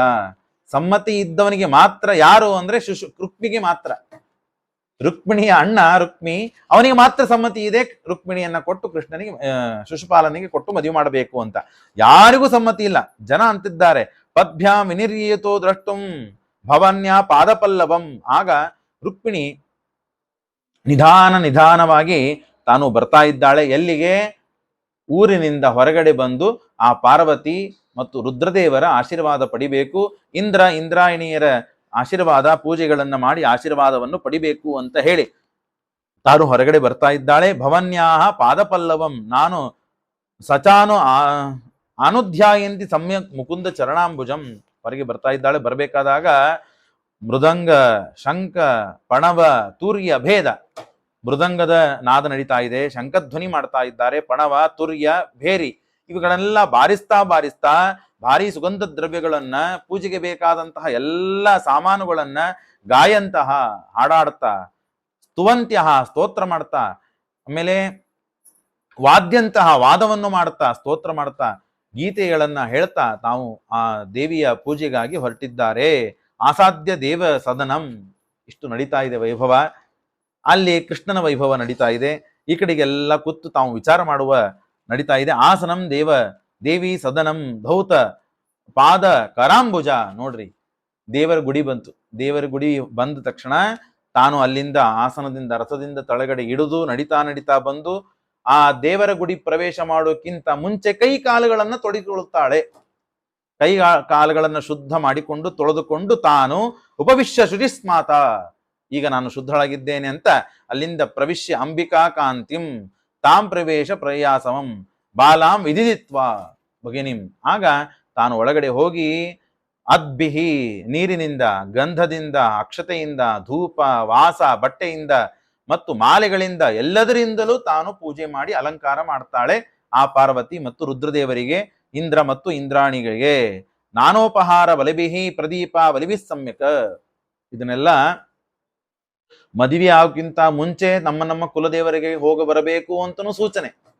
ಹೋಗಿ ಬರುವ ವಿಘ್ನಗಳನ್ನ ಪರಿಹಾರ ಮಾಡಿಕೊಂಡು ಮದುವೆ ಆದ ಮೇಲೂ ಮತ್ತೆ ಪುನಃ ಕುಲದೇವರಿಗೆ ಹೋಗಬೇಕು ಅಂತ ಪದ್ಧತಿ. ಮಧ್ಯದಲ್ಲಿ, ಆದಿಯಲ್ಲಿ, ಅಂತ್ಯದಲ್ಲಿ ಎಲ್ಲ ಕಾಲಕ್ಕೂ ಕುಲದೇವರ ಆಶೀರ್ವಾದ ಇಲ್ಲದೆ ಇದ್ದರೆ ಕುಲ ಅಭಿವೃದ್ಧಿ ಆಗಲಿಕ್ಕೆ ಬೇಕಾದಂತಹ ವಿವಾಹಗಳು ಜರುಗುವುದಿಲ್ಲ, ಆಗುವುದಿಲ್ಲ. ಹಾಗಾಗಿ ಅದನ್ನ ಸೂಚನೆ ಮಾಡ್ತಾ ಇದ್ದಾರೆ. ಅಲ್ಲಿವರೆಗೆ ಹಿಂದಿನ ದಿನ ರಾತ್ರಿಯಿಂದ ಕುಲದೇವಿ ಪೂಜೆ ಆಗುವವರೆಗೆ ಮೌನವ್ರತ ತಾಳಿದ್ದಾಳೆ ರುಕ್ಮಿಣಿ. ನಾನು ಮಾತನಾಡೋದಿಲ್ಲ, ಕಟ್ಟುನಿಟ್ಟಾಗಿ ದೇವರ ಪೂಜೆ ಆದ ಮೇಲೆ ಉಪವಾಸದಿಂದ ಪೂಜೆ ಮಾಡಿ ಅನಂತರದಲ್ಲಿ ನಾನು ಇದರ ಉದ್ದೇಶ ಏನು? ನನ್ನ ಮದುವೆ ಆಗಬೇಕು. ಮದುವೆ ಯಾರ ಜೊತೆಗೆ? ಕೃಷ್ಣನ ಜೊತೆಗೆ. ಹಾಗಾಗಿ ಎಲ್ಲ ವ್ರತಗಳನ್ನು ಮುನಿವ್ರತಂ ಅಥಂ ತ್ಯಕ್ತ್ವ, ಮೌನವನ್ನ ಬಿಟ್ಲು. ಪೂಜೆ ಆಯ್ತು, ಮೌನವನ್ನು ಬಿಟ್ಲು. ನಿಶ್ಚಿಕಾ ಅಂಬಿಕಾಗ್ರಹಾತ್, ಅಂಬಿಕಾ ಪಾರ್ವತಿ ದೇವಿಯ ಮನೆಯಿಂದ ಅಂದ್ರೆ ಆ ಗುಡಿಯಿಂದ ಹೊರಗಡೆ ಬಂದಿದ್ದಾಳೆ. ಪ್ರಗಕ್ಷ್ಯ ಪಾಣಿನಾ ಭೃಶಂ ರತ್ನ ಮುದ್ರೋಪ ಶೋಭಿನಾ ತಾಂ ದೇವ ಮಾಯಾಮಿ ವೀರ ಮೋಹಿನಿಂ ಸುಮಧ್ಯಮಾಂ ಕುಂಡಲ ಮಂಡಿತಾನನಾಂ. ಭಾರಿ ಅದ್ಭುತವಾಗಿ ಶ್ರೀಮದ್ ಭಾಗವತ ರುಕ್ಮಿಣಿಯನ್ನ ವರ್ಣನೆ ಮಾಡ್ತದೆ. ರುಕ್ಮಿಣಿ ಬರ್ತಾ ಇದ್ದಾಳೆ ಅಂತಂದ್ರೆ ಎಲ್ಲರೂ ನೋಡ್ಬೇಕು, ಆಕಿ ಹಾಕುವ ಹೆಜ್ಜೆಗಳನ್ನ ನೋಡಬೇಕು ಅಂತ ಅಪೇಕ್ಷೆ ಪಡ್ತಾ ಇದ್ರಂತೆ. ಹೆಜ್ಜೆಗಳನ್ನ ಇಟ್ರೆ ಭೂಮಿ ಎಲ್ಲ ಅಳ್ಳಾಡಬಾರದು, ನಿಧಾನವಾಗಿ ಹೆಜ್ಜೆಗಳನ್ನ ಇಡಬೇಕು. ಹೆಣ್ಣು ಮಕ್ಕಳ ಹೇಗೆ ವರ್ತನೆಗಳಿರಬೇಕು, ನಡವಳಿಕೆ ಹೇಗಿರಬೇಕು ಅಂತ ಅನ್ನೋದನ್ನ ರುಕ್ಮಿಣಿ ತಿಳಿಸಿಕೊಡ್ತಾಳೆ. ಕೇವಲ ಗೆಜ್ಜೆಯ ಸದ್ದು ಮಾತ್ರ ಆಗಬೇಕು ಹೊರತು ನಡೆದ ಆವಾಜು ಬರಬಾರದು. ಹಾಗೆ ಚಂದಾಗಿ ನಡಿಬೇಕು. ಶ್ಯಾಮಂ ನಿತಂಬಾರ್ಪಿತ ರತ್ನಮೇಕಲ, ಭಾರಿ ಅಲಂಕಾರ ಶೋಭಿತಳಾಗಿ ತಾನು ದೇವರ ಪೂಜೆಗಾಗಿ ಹೋಗಿದ್ದು. ಪದ ಚಲಂತಿ ಕಲಹಂಸಗಾಮಿನಿ, ಹಂಸ ನಡೆದರೆ ಏನಾದರೂ ನಡೆದ ಧ್ವನಿ ಬರ್ತದ, ಹಾಗೆ ನಡಿಬೇಕು. ಕಿಂಚಿತ್ ಕಾಲ ನೂಪುರ ಧಾಮ ಶೋಭಿತ, ಆದರೆ ನಡೆದಾಗ ಅಲ್ಲಿ ಗೆಜ್ಜೆ ಸದ್ದುಗಳು ಮಾತ್ರ ಕೇಳಬೇಕು. ವಿಲೋಕ್ಯ ಧೀರಾಹ, ಆ ಪಾರ್ವತಿ ದೇವಿಯನ್ನ, ರುಕ್ಮಿಣಿ ದೇವಿಯನ್ನ ಕಾಯ್ಲಿಕ್ಕಾಗಿ ಅನೇಕ ರಥಿಕರು ಆನೆ ಮೇಲೆ ಕುತ್ಕೊಂಡು ಬಂದಿದ್ದಾರೆ. ರಥದ ಮೇಲೆ, ಕುದುರೆ ಮೇಲೆ ಕೂತು ಜನ, ಶೂರರು ಧೀರರು ಎಲ್ಲ ಆಯುಧಗಳನ್ನ ಹಿಡಿದುಕೊಂಡು ಬಂದಿದ್ದಾರೆ, ಕೃಷ್ಣನಿಂದ ರುಕ್ಮಿಣಿಯನ್ನ ರಕ್ಷಣೆ ಮಾಡಬೇಕು ಅಂತ ಹೇಳಿ. ಆ ಎಲ್ಲ ರಥಿಕರು, ಆನೆ ಮೇಲೆ ಕೂತಿದವರು, ಅವರೆಲ್ಲರೂ ಕೂಡ ಈ ರುಕ್ಮಿಣಿಯ ಆ ಎಲ್ಲ ವಿಹಾರಗಳನ್ನ ನೋಡಿಕೊಂಡು ಮನಸ್ಸಿನಲ್ಲಿ ನನಗ್ಯಾಕೆ ರುಕ್ಮಿಣಿ ಸಿಗಬಾರದು ಅಂತ ವಿಚಾರ ಮಾಡ್ತಾ ಇದ್ದಾರೆ. ಎಷ್ಟಾಯ್ತ? ಈಗ ಎಲ್ಲರೂ ಬಂದಾರೆ, ಹಂಗಾಗಿ ಈಗ ಯಾರ್ಯಾರು ಬಂದಾರ ಈಗಿಂದ 1 ತಾಸು. ಅದಕ್ಕೆ 11:25, ಇನ್ನೊಂದು 10 ನಿಮಿಷ ಅಂತ ಇಷ್ಟು ಮಾತು ನಡೀತಾ ಇದೆ. ಆಗ ಎಲ್ಲರೂ ತಾವು ಮನಸ್ಸಿನಲ್ಲಿ ವಿಚಾರ ಮಾಡಿದ್ದಾರೆ, ಇಂಥ ಒಳ್ಳೆ ರೂಪವತಿ, ಶೀಲವತಿ, ಗುಣವತಿ ಇಂಥ ರುಕ್ಮಿಣಿ ನನಗ್ಯಾಕೆ ಸಿಗಬಾರದು ಅಂತ ಹೇಳಿ ಆ ದುಷ್ಟರು ಎಲ್ಲರೂ ವಿಚಾರ ಮಾಡ್ತಾ ಇದ್ದಾರೆ. ಶೈವಂ ಚಲಂತಿ ಶನೈಶ್ಚಲತಿ, ಆ ನಡಿಗೆ ನೋಡಬೇಕು, ಮುಖ ನೋಡಬೇಕು, ಆಕಿನ ರೂಪಲಾವಣ್ಯಗಳನ್ನು ನೋಡಬೇಕು. ನೋಡಿಕೊಂಡು ಇಷ್ಟೆಲ್ಲ ಸುಂದರ ರೂಪದಿಂದ ಧಾರಣೆ ಮಾಡಿ ತಾನು ಲಾವಣ್ಯಗಳನ್ನ ತಾಳಿದ್ದು ಯಾಕೆ ಅಂತಂದ್ರೆ ಕೃಷ್ಣನಿಗಾಗಿ ಹೊರತು ಬೇರೆಯವರಿಗೆಲ್ಲ. ಅವರ ಮನಸ್ಸನ್ನ, ಕಣ್ಣುಗಳನ್ನ ಸೆಳೆಯುವುದಕ್ಕಾಗಿ ರುಕ್ಮಿಣಿ ಮಾಡಿದ್ದಲ್ಲ. ಮೇಲುಗಳೆಲ್ಲ ಕೂತಿದ್ದಾರೆ ಪಾಪ, ಕಾವಲಾಗಿ ಕಾಯಲಿಕ್ಕಂತ ಕೂತಿದ್ದಾರೆ. ಆ ರುಕ್ಮಿಣಿಯನ್ನ ನೋಡ್ತಾ ನೋಡ್ತಾ ರುಕ್ಮಿಣಿ ಹೋದ್ಲು, ಸಿಗ್ತಾ ಇಲ್ಲ ಅಂತ ಬಗ್ಗೆ ದಬ್ಬನೆ ಬೀಳುದು, ಮೇಲಿಂದ ಬೀಳುದು. ಹೀಗೆ ಇಷ್ಟು ಆಕರ್ಷಿತವಾದ ರೂಪವನ್ನ ತಾಳಿದ್ದು ಅವರೆಲ್ಲ ಮೋಹನ ಮಾಡ್ಲಿಕ್ಕಾಗಿ ರುಕ್ಮಿಣಿ ದೇವಿ ಅಲ್ಲ, ನನ್ನ ರೂಪ ಲಾವಣ್ಯಗಳಿಂದ ಪರಮಾತ್ಮನನ್ನ ಆರಾಧನೆ ಮಾಡ್ಲಿಕ್ಕೆ, ಪರಮಾತ್ಮನಿಗೆ ಇದನ್ನು ಒಪ್ಪಿಸ್ಲಿಕ್ಕಾಗಿ. ಅಂದ್ರೆ ರೂಪ ಲಾವಣ್ಯಗಳನ್ನ ಹೆಣ್ಣು ಮಕ್ಕಳು ತೋರಿಸುವುದು ಯಾರಿಗೆ ಅಂತಂದ್ರೆ ಕೇವಲ ತನ್ನ ಗಂಡನಿಗೆ ಮಾತ್ರ ಅಂತ ಭಾಗವತ ತಿಳಿಸಿಕೊಡುತ್ತದೆ, ಹೊರತು ಬೇರೆ ಯಾವ ಉದ್ದೇಶಗಳಿರಬಾರದು. ಹಾಗಿದ್ದರೆ ಪತಿವ್ರತ ಸ್ತ್ರೀ ಅಂತ ಆಗ್ತಾಳೆ ಅಂತ ಉತ್ಸಾಹ ತಾನು ನಾಚಿಕೊಳ್ಳಿದ್ದಾಳೆ. ಅಲ್ಲಿದ್ದ ಸೌಂದರ್ಯ ಲಾವಣ್ಯಗಳು ಯಾಕೆ ಅಂತಂದ್ರೆ ಅದು ಇನ್ನೊಬ್ಬರಿಗೆ ಶಿಕ್ಷೆಗಾಗಿ ಮತ್ತು ಆದರ್ಶಕ್ಕಾಗಿ ಇತ್ತೇ ಹೊರತು ಇನ್ನೊಬ್ಬರನ್ನ ಮೋಹನೆ ಮಾಡಬೇಕಂತ ದುರುದ್ದೇಶಗಳು ಇದ್ದಿದ್ದಿಲ್ಲ ರುಕ್ಮಿಣಿ ದೇವಿಗೆ ಅಂತ ತಿಳಿಸಿಕೊಡ್ತದೆ ಭಾಗವತ. ಉತ್ಸಾರ್ಯ ವಾಮ ಕರಜೈಹಿ ಅಲಂಬ ಪಾಂಕೈ ಪ್ರಾಪ್ತಾನ್ ಹಿರಿಯೇಚ್ಛಯ, ಕೃಷ್ಣ ಎಲ್ಲಿದ್ದಾನೆ, ಇನ್ನ ಯಾಕೆ ಬಂದಿಲ್ಲ, ನನ್ನ ಪೂಜೆ ಮುಗೀತು, ನಾನು ತಿರುಗಿ ರಥವನ್ನೇ ಏರಿ ಹೋಗೋ ಪ್ರಸಂಗ ಬಂತು, ಕೃಷ್ಣನಿಗೆ ಪತ್ರ ಮುಟ್ಟಿದೆ, ಬಂದಿದ್ದಾನೆ, ಎಲ್ಲ ಆದ್ರೂ ಮತ್ತ್ಯಾಕೆ ಬಂದಿಲ್ಲ ಇನ್ನ ಕಾಯ್ತಾ ಇದ್ದಾಳೆ ರುಕ್ಮಿಣಿ. ಬಂದಿದ್ದಾನೋ ಇಲ್ಲ ಅಂತ ನೋಡಬೇಕು ಅಂತ ಹೇಳಿ ಎಡಭಾಗಕ್ಕೆ ಕಿವಿಗೆ ಬಂದ ಕೂದಲುಗಳನ್ನ ಸರಿಸುವ ಒಂದು ಸಂದರ್ಭವನ್ನು ಮಾಡಿಕೊಂಡು ಕೃಷ್ಣ ಬಂದಿದ್ದಾನೋ ಇಲ್ಲ ಅಂತ ನೋಡ್ತಾ ಇದ್ದಾಳೆ. ಕೃಷ್ಣ ಬಂದಿದ್ದಾಳಂತ ಹೀಗೆ ನೋಡಬಾರದು, ಯಾರು ಬಂದಿದ್ದಾರೆ ಇವ್ರು ಬಂತ ಹೆಣ್ಮಕ್ಳು ನೋಡಬಾರದು. ಹಾಗೆ ನೋಡಿದರೂ ಇನ್ನೊಬ್ಬರಿಗೆ ತಿಳಿಯಬಾರದು ಇವರು ನೋಡ್ತಾ ಇದ್ದಾರೆ ಅವರನ್ನಂತ ಹೇಳುವ ಸೂಕ್ಷ್ಮತಾ ರುಕ್ಮಿಣಿ ದೇವಿ ತೋರಿಸ್ತಾ ಕೃಷ್ಣ ಬಂದಿದ್ದಾಳೋ ಇಲ್ಲ ನೋಡ್ತಾ ಇದ್ದ. ಹಿರಿಯ ನಜ್ಜಯ ದೃದರ್ಶಿಯ ಅಚ್ಯುತಂ, ಆಗ ಅಷ್ಟರೊಳಗೆ ಕೃಷ್ಣ ರಥದ ಮೇಲೆ ಕೂತು ಬಂದೇ ಬಿಟ್ಟಿದ್ದಾಳೆ, ಸಂತೋಷ ಪಟ್ಟಿದ್ದಾಳೆ. ರಥಂ ಸಮಾರೋಪ್ಯ ಸುದರ್ಶ ಲಕ್ಷಣಂ ರಾಜನ್ಯ ಚಕ್ರಂ ಪರಿಭೂಯ ಮಾಧವ ಯಯೋ ರಾಜಮ್ಮ ಪುರೋಗಮೌ ಶನೈಹಿ. ದಿಢೀರನೆ ಪರಮಾತ್ಮ ಅಲ್ಲಿ ಕಂಡ, ಬಂದು ವೇಗವಾಗಿ ಗಾಳಿಯಂತೆ ಬಂದ, ರುಕ್ಮಿಣಿಯ ಕೈಯನ್ನ ಹಿಡಿದ. ರುಕ್ಮಿಣಿ ತನ್ನ ರಥದಲ್ಲಿ ಹೋಗಿ ಕೂಡುವುದನ್ನ ಬಿಟ್ಟು ಕೃಷ್ಣನ ರಥದಲ್ಲಿ ಬಂದು ಕೂತೇ ಬಿಟ್ಲು, ಏರೇ ಬಿಟ್ಲು. ಕೃಷ್ಣ ಅಲ್ಲಿಂದ ಓಡಿಸಿಕೊಂಡು ಹೋಗೇ ಬಿಟ್ಟ. ಎಲ್ಲ ರಥಿಕರು ನಿಂತಿದ್ದಾರೆ, ಎಲ್ಲ ಸೈನಿಕರು ನಿಂತಿದ್ದಾರೆ, ರಥಿಕರು ಎಲ್ಲರೂ ನಿಂತಿದ್ದಾರೆ, ಜರಾಸಂಧರೆ ಮೊದಲಾದವರು ಎಲ್ಲರೂ ಇದ್ದಾರೆ. ಎಲ್ಲರೂ ಇದ್ದು ರುಕ್ಮಿಣಿಯನ್ನು ನೋಡ್ಕೊಂಡು ನಿಂತು ಬಿಟ್ಟಿದ್ರು ಅವರು ಮೋಹಿತರಾಗಿ. ಅಂದ್ರೆ ಇದರಿಂದ ಏನು ತಿಳಿಸಿಕೊಡ್ತದೆ ಶಾಸ್ತ್ರ ಅಂದ್ರೆ, ನಾವು ಮಾಡುವ ಕರ್ತವ್ಯ ಕ್ರಮದಲ್ಲಿ ವಿಮೂಢರಾದಿವಿ ಅಂತ ಆದ್ರೆ ನಾವು ಪಡಿಬೇಕಾದ ಫಲ ನಮಗೆ ಸಿಗುವುದಿಲ್ಲ. ಇವ್ರನ್ನೆಲ್ಲ ಇದಕ್ಕೆ ನಿಲ್ಸಿದ್ರು, ರುಕ್ಮಿಣಿಯನ್ನ ಕಾಯ್ಲಿಕ್ಕೆ. ಅವ್ರೇನ್ ಮಾಡಿದ್ರು, ರುಕ್ಮಿಣಿಯನ್ನ ಕಾಯ್ದೇನೆ ರುಕ್ಮಿಣಿ ಸೌಂದರ್ಯವನ್ನ ಕಾಯ್ತಾ ನಿಂತರು. ಹಾಗಾಗಿ ಮೋಹಿತರಾಗಿ ಕೃಷ್ಣ ಬಂದದ್ದು ಗೊತ್ತಾಗ್ಲಿಲ್ಲ, ಹೋದದ್ದು ಗೊತ್ತಾಗ್ಲಿಲ್ಲ. ಹೋದ ಮೇಲೆ ರುಕ್ಮಿಣಿ ಹೋದ್ಲು ಹೋಗಿ ಬಿಟ್ಲು ಅಂತೆಲ್ಲರೂ ಅನ್ಕೋತ ಜೋರಾಗಿ ಒದರಿದ್ರು. ಪರೇವೇಶ, ಪರಮಾತ್ಮ ಬಂದವನು ಬೇಗವಾಗಿ ಬಂದು ಅಪಹಾರ ಮಾಡಿಕೊಂಡು ಹೋಗಿ ನಿಂತು ಬಿಟ್ಟ ಹೊರತು ಓಡಿ ಹೋಗ್ಲಿಲ್ಲ ಕೃಷ್ಣ. ಬರ್ರಿ, ಯಾರು ಬರ್ತೀರಿ ಯುದ್ಧಕ್ಕೆ ಬರ್ರಿ ಅಂತ ನಿಂತಿದ್ದಾನೆ. ಅಲ್ಲಿ ಅಶ್ವಪುಷ್ಟೆ ಗಜಸ್ಕಂದೆ ರಥೋಪಸ್ಥೇಚ ಕೋವಿದ, ಎಲ್ಲೆಲ್ಲಿ ಅಶ್ವದಲ್ಲಿ ನಿಂತಿದ್ರು, ರಥದಲ್ಲಿ ನಿಂತಿದ್ರು, ಗಜದಲ್ಲಿ ನಿಂತಿದ್ರು, ಯಾರ್ಯಾರು ಇದ್ರೋ ಅವರೆಲ್ಲ ಅಸ್ತ್ರಶಸ್ತ್ರಗಳನ್ನ ಪ್ರಯೋಗ ಮಾಡಿದ್ದಾರೆ. ಶಿಶುಪಾಲ ಆ ಸಮಯಕ್ಕೆ ಎಲ್ಲ ರುಕ್ಮಿ ಬಂದಿದ್ದಾನೆ, ಜರಾಸಂಧ ಬಂದಿದ್ದಾರೆ, ಸಾಲ್ವ, ಎಲ್ಲ ರಥಿಕರು, ರಾಜರು ಎಲ್ಲರೂ ಇದ್ದಾರೆ, ಮಹಾಪರಾಕ್ರಮಿ. ಆಗ ಇವು ದೇವರ ಪೂಜೆಗಾಗಿ ರುಕ್ಮಿಣಿ ಬರುವ ಸಂದರ್ಭದಲ್ಲಿ ನಾನೂ ಬರ್ತೇನೆ ಅಂತ ಶಿಶುಪಾಲ ಹೇಳಿದ್ದ. ಯಾಕಂದ್ರೆ ಕೃಷ್ಣ ಬಂದಿದ್ದಾನೆ ಅಂದ್ರೆ ಅವ ಸಾಮಾನ್ಯ ಅಲ್ಲ, ಅವನೇನೋ ಮಾಡಿಬಿಡ್ತಾನೆ, ಹಾಗಾಗಿ ನಾನೂ ಬರ್ತೇನೆ, ಸೇಫ್ಟಿ ಸ್ವಲ್ಪ ಹೆಚ್ಚಾಗ್ತದೆ ಅಂದಾಗ ನಾವೆಲ್ಲ ಇದ್ದೀವಲ್ಲ, ನೀ ಯಾಕೆ ಕಾಳಜಿ ಮಾಡ್ತಿ, ನೀನು ವರ ನೀನು ಚಂದಾಗಿ ತಯಾರು ಮಾಡು ಅಂತ ಹೇಳಿ ಪಾಪ ಕಂಕಣ ಆಭರಣಗಳನ್ನ, ಕಿರೀಟಗಳನ್ನ, ಭಾರಿ ವಸ್ತ್ರಗಳನ್ನ ಹುಟ್ಟಿಸಿ ಮಾಡಿಸಿ ಕೈಯಲ್ಲಿ ತೆಂಗಿನಕಾಯಿ ಇಟ್ಟುಕೊಂಡು ಅವನಿಗೆ ಕೂಡಿಸಿದ್ದಾರೆ. ಪಾಪ ನೀನು ಕೂಡು ಮಂಟಪದಲ್ಲಿ, ರುಕ್ಮಿಣಿ ಪೂಜೆ ಮಾಡಿ ಬಂದವಳೆ ಬರ್ತಾಳೆ, ಆಸನದ ಮೇಲೆ ಕೂಡ್ತಾಳೆ, ನಿನ್ನ ಮದುವೆ ನಡೆದು ಹೋಗ್ತದೆ ಅಂತನ್ನುವ ಪರಿಸ್ಥಿತಿಯಲ್ಲಿ ಅವನು ಇದ್ದಾನೆ. ಆದರೆ ಈ ಕಡೆಗೆ ಎಲ್ಲ ರಾಜರು ಅಸ್ತ್ರಶಸ್ತ್ರಗಳನ್ನು ಪ್ರಯೋಗ ಮಾಡಿದ್ದಾರೆ. ಭಾರಿ ಘನಘೋರವಾದ ಯುದ್ಧ ನಡೆದಿದೆ. ರಾಜಿನೋ ವಿಮುಖಾಹ ಜಗ್ಮುಹು ಜರಾಸಂಧಾದಯ ಪುರಾಹ ಸುರಾಹ. ಜರಾಸಂಧರೇ ಮೊದಲಾದರು ಎಲ್ಲರೂ ಯುದ್ಧಕ್ಕೆ ಬಂದಿದ್ದಾರೆ. ಕೃಷ್ಣನ ಭಾರಿ ಅದ್ಭುತವಾದ ಸಾಮರ್ಥ್ಯದ ಮುಂದೆ ಅವರು ಎಲ್ಲಿ ನಿಂದಿರ್ಲಿಕ್ಕೆ ಸಾಧ್ಯ? ಎಲ್ಲರೂ ಸೋತು ಹೋಗಿದ್ದಾರೆ. ಸೋತು ಜೋತು ಮುಖವನ್ನು ಹಾಕಿಕೊಂಡು ಕುಂಡಿನಪುರಕ್ಕೆ ಬರ್ತಾ ಇದ್ದಾರೆ. ಊರ ಪ್ರವೇಶ ಮಾಡಿದ್ರು ಶಿಶುಪಾಲಂ. ಆಗ ಅಷ್ಟರೊಳಗೆ ಯಾರೋ ಒಬ್ಬ ಸುದ್ದಿ ಹೇಳಲಿಕ್ಕೆ, ಕೆಟ್ಟ ಸುದ್ದಿಗಳನ್ನು ಹೇಳಲಿಕ್ಕೆ ಎದ್ದೆದ್ದು ಓಡಿ ಬರ್ತಾರಲ್ಲ ಅಂತ ಪಾಪ ಅವನು ಬಂದು, ಶಿಶುಪಾಲ ಶಿಶುಪಾಲ, ಹೌದಾ ರುಕ್ಮಿಣಿ ಬಂದ್ಲಾ, ನಾನ್ ಸ್ಟೇಜಿಗೆ ಬರ್ಬೇಕಾ, ಇನ್ ಮದ್ವಿ ಪ್ರಾರಂಭ ಆಗ್ತದ, ಎಲ್ಲ ಆಚಾರ ಬಂದಿದ್ದಾರ ಅಂತ ಕೇಳುವ ಅಷ್ಟು ಹಂಬಲ ಇತ್ತು ಅವನಿಗೆ. ಆದ್ರೆ ತಾನು ಏನ್ ಮಾಡಿದ, ಅವ ಭಾರತ ಹೇಳಿದ, ರುಕ್ಮಿಣಿಯನ್ನ ಕೃಷ್ಣ ಅಪಹಾರ ಮಾಡಿಕೊಂಡು ಹೋಗಿಬಿಟ್ಟ ಅಂತ ಈ ಸುದ್ದಿ ಹೇಳಿದ ಹೇಳಿದ ತಕ್ಷಣ ಇವನು ಕೇಳಿ ಮೈಯೆಲ್ಲ ಬೆವುತಿದ್ದಾನೆ, ಮೂರ್ಛೆಗೆ ಬಂದು ಬಿದ್ದುಬಿಟ್ಟಿದ್ದಾನೆ. ನಷ್ಟಸ್ಥಿತಂ ಗದೋತ್ಸಾಹಂ, ಉತ್ಸಾಹನೇ ಕಳ್ಕೊಂಡ್ಬಿಟ್ಟ. ಯಾವ ಕೆಲಸಕ್ಕಾಗಿ ಬಂದಿದ್ದ ಅದರೊಳಗೂ ನನ್ನ ಶತ್ರು ಕೃಷ್ಣ, ಅವನು ನನ್ನ ಆಗುವ ಮಡದಿಯನ್ನ ಅಪಹಾರ ಮಾಡಿಕೊಂಡು ಹೋಗಿದ್ದಾನೆ ಅಂತ ಆ ಸುದ್ದಿಯನ್ನ ಕೇಳಿ ಬಹಳ ತೊಂದರೆ ಆಯ್ತು, ಮನಸ್ಸಿಗೆ ನೋವಾಯ್ತು ಅವನಿಗೆ.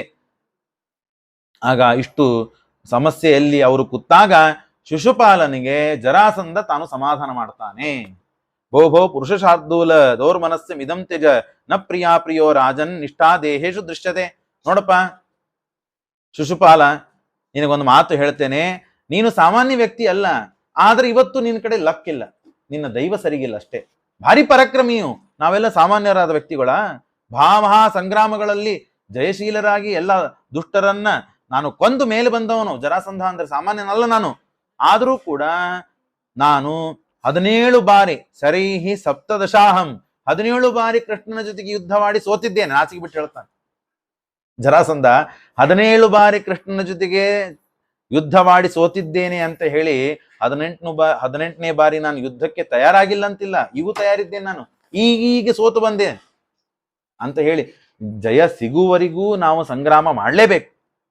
ಅಂದಮೇಲೆ ಈಗ ಜಯ ಅಪಜಯ ಮತ್ತು ಸುಖ ದುಃಖ ಇವೆಲ್ಲ ನಮ್ಮ ಕೈಯಲ್ಲಿಲ್ಲ, ದೇವರಿದ್ದಾನೆ ಮೇಲೆ, ನಾವೆಲ್ಲ ಗೊಂಬೆಗಳಿದ್ದಂತೆ. ಜರಾಸಂಧ ಉಪದೇಶ ಮಾಡ್ತಾ ಇದ್ದಾನೆ, ಯಾವಾಗ ಕೈ ಮೀರ್ತದ ನೋಡ್ರಿ ಯಾವಾಗ ದೇವ್ರ ನೆನಪಾಗ್ತಾನೆ. ಅಲ್ಲಿವರೆಗೆ ದೇವರನ್ನ ಬೈತಾನೆ ಇರೋದು, ದೇವರನ್ನ ದ್ವೇಷ ಮಾಡ್ತಾನೆ ಇರೋದು, ಇನ್ನೊಬ್ಬರಿಗೆ ಸಮಾಧಾನ ಮಾಡಬೇಕಲ್ಲ, ಆಗ ದೇವರ ನೆನಪಾಗ್ತಾನೆ ನೋಡ್ರಿ. ಯಥಾ ದಾರುಮಯಿ ಯೇಷು ನೃತ್ಯತೆ ಕುಹಕೇಚ್ಛಯ. ದಾರು ಅಂದ್ರೆ ಕಟಿಗೆಯಿಂದ ಮಾಡಿದಂತಹ ಗೊಂಬೆಗಳನ್ನ ನಾವು ಆಟ ಆಡಿಸ್ತೀವಲ್ಲ, ಹಾಗೆ ನಾವು ದೇವರ ಕೈಯಲ್ಲಿ ಗೊಂಬೆಗಳಿದ್ದಂತೆ. ಹಾಗಾಗಿ ಪ್ರಿಯ ಅಪ್ರಿಯ ಸುಖ ದುಃಖಗಳನ್ನ ದೇವರು ನಮಗೆ ನಮ್ಮ ಫಲಕ್ಕೆ ಅನುಗುಣವಾಗಿ ಕೊಡ್ತಾನೆ. ಇವತ್ತು ನಮ್ಮ ಯೋಗ ಸರಿಗಿಲ್ಲ, ಹಾಗಾಗಿ ಇವತ್ತಿಲ್ಲ ನಾಳೆ ಒಳ್ಳೇದಾಗ್ತದೆ. ಆಗ ನಾವು ಇದಕ್ಕೆ ಸರಿಯಾದ ವ್ಯವಸ್ಥೆಯನ್ನು ಮಾಡೋಣ. ಕಾಲೇನ ದೈವಯುಕ್ತೇನ, ದೈವ ಕಾಲ ಎಲ್ಲ ಪರಿಸ್ಥಿತಿಗಳು ಅವನ ಹತ್ರ ಇವೆ. ಇವತ್ತು ಕೃಷ್ಣ ಏನ್ ಮಾಡ್ತಾನೆ ಮಾಡ್ಲಿ, ನಾವು ಮುಂದೆ ವ್ಯವಸ್ಥೆ ಮಾಡೋಣ. ತದಾ ವಯಂ ವಿಜೇಶ್ಯಾಮೋ ಯದಾ ಕಾಲ ಪ್ರತಿಕ್ಷಣಂ. ಕಾಲ ಬರುವವರೆಗೂ ನಾವು ಅದನ್ನ ಕಾಯ್ಬೇಕು, ಬಂದಾಗ ಎಲ್ಲ ಆಗ್ತದೆ ಅಂತ ಹೇಳಿ ತಮ್ಮನ್ನು ಸಮಾಧಾನ ಮಾಡಿದ. ಅವ್ರಿಗೆಲ್ಲ ಸಮಾಧಾನ ಮಾಡಿದ ಜರಾಸಂಧ ತಾನು ತನ್ನ ಪುರಕ್ಕೆ ಹೋಗಿಬಿಟ್ಟ.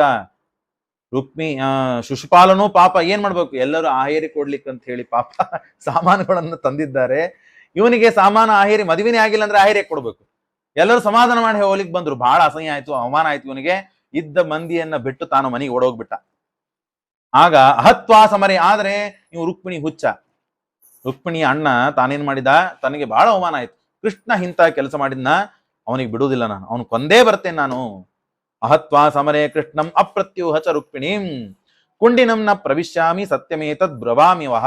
ನಾನು ಒಂದು ಪ್ರತಿಜ್ಞೆ ಮಾಡ್ತೇನೆ, ಎಲ್ಲಿವರೆಗೆ ಕೃಷ್ಣನನ್ನ ಸೋಲಿಸಿ ಅಥವಾ ಕೊಂದು ರುಕ್ಮಿಣಿಯನ್ನ ತಂದು ಶಿಶುಪಾಲನಿಗೆ ಮದುವೆ ಮಾಡುವುದಿಲ್ಲೋ ಅಲ್ಲಿವರೆಗೆ ನಾನು ಪುರದಲ್ಲೇನೆ, ನನ್ನ ರಾಜ್ಯದಲ್ಲಿ ನನ್ನ ಪ್ರವೇಶ ನಾನು ಮಾಡೋದೇ ಇಲ್ಲ ನಾನು ಅಂತ ಹೇಳಿ ತಾನು ಹೊರಡ್ತಾನೆ. ಕೃಷ್ಣ ಇನ್ ಪಾಪ ರಾಮ ರುಕ್ಮಿಣಿ ಜೊತೆ ಹೆಂಗಿದ್ದಿ ಏನ್ ಮಾಡಿದಿ ಅಂತ ಎಲ್ಲ ಸುಖ ಕಷ್ಟಗಳನ್ನ ಆದದ್ದನ್ನ ಮಾತನಾಡ್ತಾ ಮಾತನಾಡ್ತಾ ಹೊರಟಿದ್ದಾನೆ. ಅಷ್ಟ್ರೊಳಗೆ ಏನಾಗ್ಬಿಟ್ಟಿರ್ತದಂದ್ರೆ ದ್ವಾರಕೆಯಿಂದ ಪತ್ರ ಬಂತು, ರಾತ್ರೋರಾತ್ರ ತಾನು ಬಿಟ್ಟು ಬಂದಿರ್ತಾನೆ, ಯಾರಿಗೂ ಹೇಳಿರೋದಿಲ್ಲ, ಬಲರಾಮನಿಗೂ ಹೇಳಿರೋದಿಲ್ಲ. ಆದ್ರೆ ಕೃಷ್ಣ ಕಾಣ್ತಾ ಇಲ್ಲ ಅಂದ್ರೆ ಏನೋ ಒಂದು ಅನಾಹುತ ಮಾಡಿಕ್ ಹೋಗಿದ್ದಾನೆ ಅಂತ ಹೇಳಿ ಬಲರಾಮ ತಾನು ಏನ್ ಮಾಡ್ತಾನೆ, ಕೃಷ್ಣ ಹಿಂದೇನೆ ತಾನು ಸೈನ್ಯವನ್ನ ತೆಗೆದುಕೊಂಡು ಬೆನ್ನತ್ತಿ ಬಂದಿರ್ತಾನೆ. ಈಗ ಎಲ್ಲ ಯುದ್ಧ ಮುಗಿದಿರ್ತದೆ, ತಿರುಗಿ ಬರುವ ಹೊತ್ತಿಗೆ ಬಲರಾಮ ದೇವರು ಭೇಟಿ ಆಗುವ ಪ್ರಸಂಗ ಇರ್ತದೆ, ಬಂದಿರ್ತಾರೆ. ಆಗ ಈ ರುಕ್ಮಿ ತಾನು ಯುದ್ಧಕ್ಕೆ ಬರ್ತಾನೆ. ಮತ್ತೆ ಪುನಃ ಬಂದಾಗ ಅನೇಕ ಅಸ್ತ್ರಶಸ್ತ್ರಗಳು ಯುದ್ಧ ಆಗ್ತದೆ, ಯುದ್ಧ ಆಗ್ತದೆ. ತಥೋ ರಥಾತ್ ಅಪಪ್ಲುತ್ಯ, ಇಷ್ಟೆಲ್ಲ ಆದ್ಮೇಲೆ ಆ ರುಕ್ಮಿ ರಥದಿಂದ ತಳಗೆ ಜಿಗಿದು ಖಡ್ಗವನ್ನ ಹಿಡಿದು ಕೃಷ್ಣನ ರುಂಡವನ್ನು ಹಿಡಿದು ಕತ್ತರಿಸ್ಬೇಕು ಅಂತ ಅನ್ನುವ ಹಂಬದಲ್ಲಿ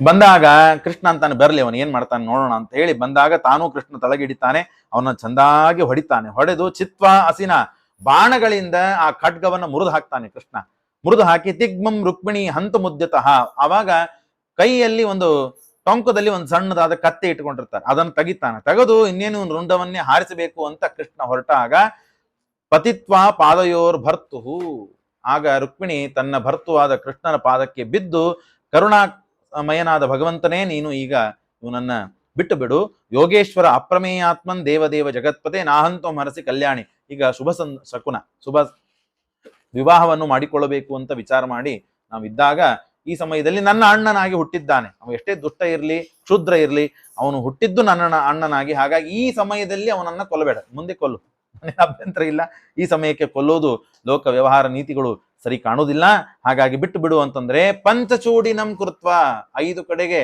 ಮುಂಜಿ ಮಾಡಬೇಕಾದಾಗ ಆ ವಟುವಿಗೆ 5 ಚೂಡುಗಳನ್ನು ಉಡಿಸ್ತಾರೆ, 4 ದಿಕ್ಕಿಗೆ 4, ಮಧ್ಯದಲ್ಲಿ 1 ಅಂತ. ಹಾಗೆ ಇವನನ್ನ ಮಾಡಿ ಮೂಗನ್ನ ಕತ್ತರಿಸಿ ಅವಮಾನ ಮಾಡುವಂತೆ ಕತ್ತೆ ಮೇಲೆ ಕೂಡಿಸಿ ಕಳಿಸ್ತಾನೆ ಕೃಷ್ಣ. ನೀನು ಊರಿಗೆ ಹೋಗ್, ನೀನು ಚೌಲೇನ ಬದ್ಧ್ವಾ ತಮಸಾದು ಧಾರಿಣಂ ಪ್ರಪಯನ್ ತಾವನ್ ಮುಹುರ್ಮುಹು ಪರಸೈನ್ಯಮದ್ಭುತಂ ಯದು ಪ್ರವೀರ ನಲಿಲಂ ತಥಾ ಗಜಾಹ, ಸರಿ ಆಗ್ಲಿ ಅಂತ ಅಲ್ಲಿಂದ ಪಾಪ ಇವನನ್ನು ಯಾರೂ ಗುರುತೇ ಹಿಡುವುದಿಲ್ಲ, ತಾನು ಪ್ರತಿಜ್ಞೆ ಮಾಡಿರುತ್ತಾನೆ ಕುಂಡಿನಪುರದಲ್ಲಿ ಪ್ರವೇಶನೇನ ಮಾಡೋದಿಲ್ಲ ಅಂತ ಹೇಳಿ. ಅಷ್ಟರೊಳಗೆ ಅಲ್ಲೇ ಒಂದು ತನ್ನ ಊರಿನ ಹೊರಗಡೆನೆ ಒಂದು ಊರು ಮಾಡಿಕೊಂಡು ತಾನು ಅಲ್ಲೇ ಇರ್ತಾನೆ, ಒಳಗೆ ಪ್ರವೇಶ ಮಾಡೋದಿಲ್ಲ. ರಾಜಸ್ವೇನೈವ ದೋಷೇಣ ಹತಃ ಕಿಂ ಹನ್ಯತೆ ಪುನಃ ಮಾನಿನೋ ಅನ್ಯಸ್ಯ ವಾ ಹೇತೋ ಶ್ರೀಮದಾಂಧ ಕ್ಷಿಪಂತಿತಿ, ಇಷ್ಟೆಲ್ಲ ಆಗಿದೆ. ಆಗ ಬಲರಾಮ ಕೃಷ್ಣ ಎಲ್ಲ ಸೈನ್ಯ ಎಲ್ಲ ಸೇರಿಕೊಂಡು ದ್ವಾರಕೆಗೆ ತಾನು ಬರುವ ಪ್ರಸಂಗ ಬಂದಿದೆ.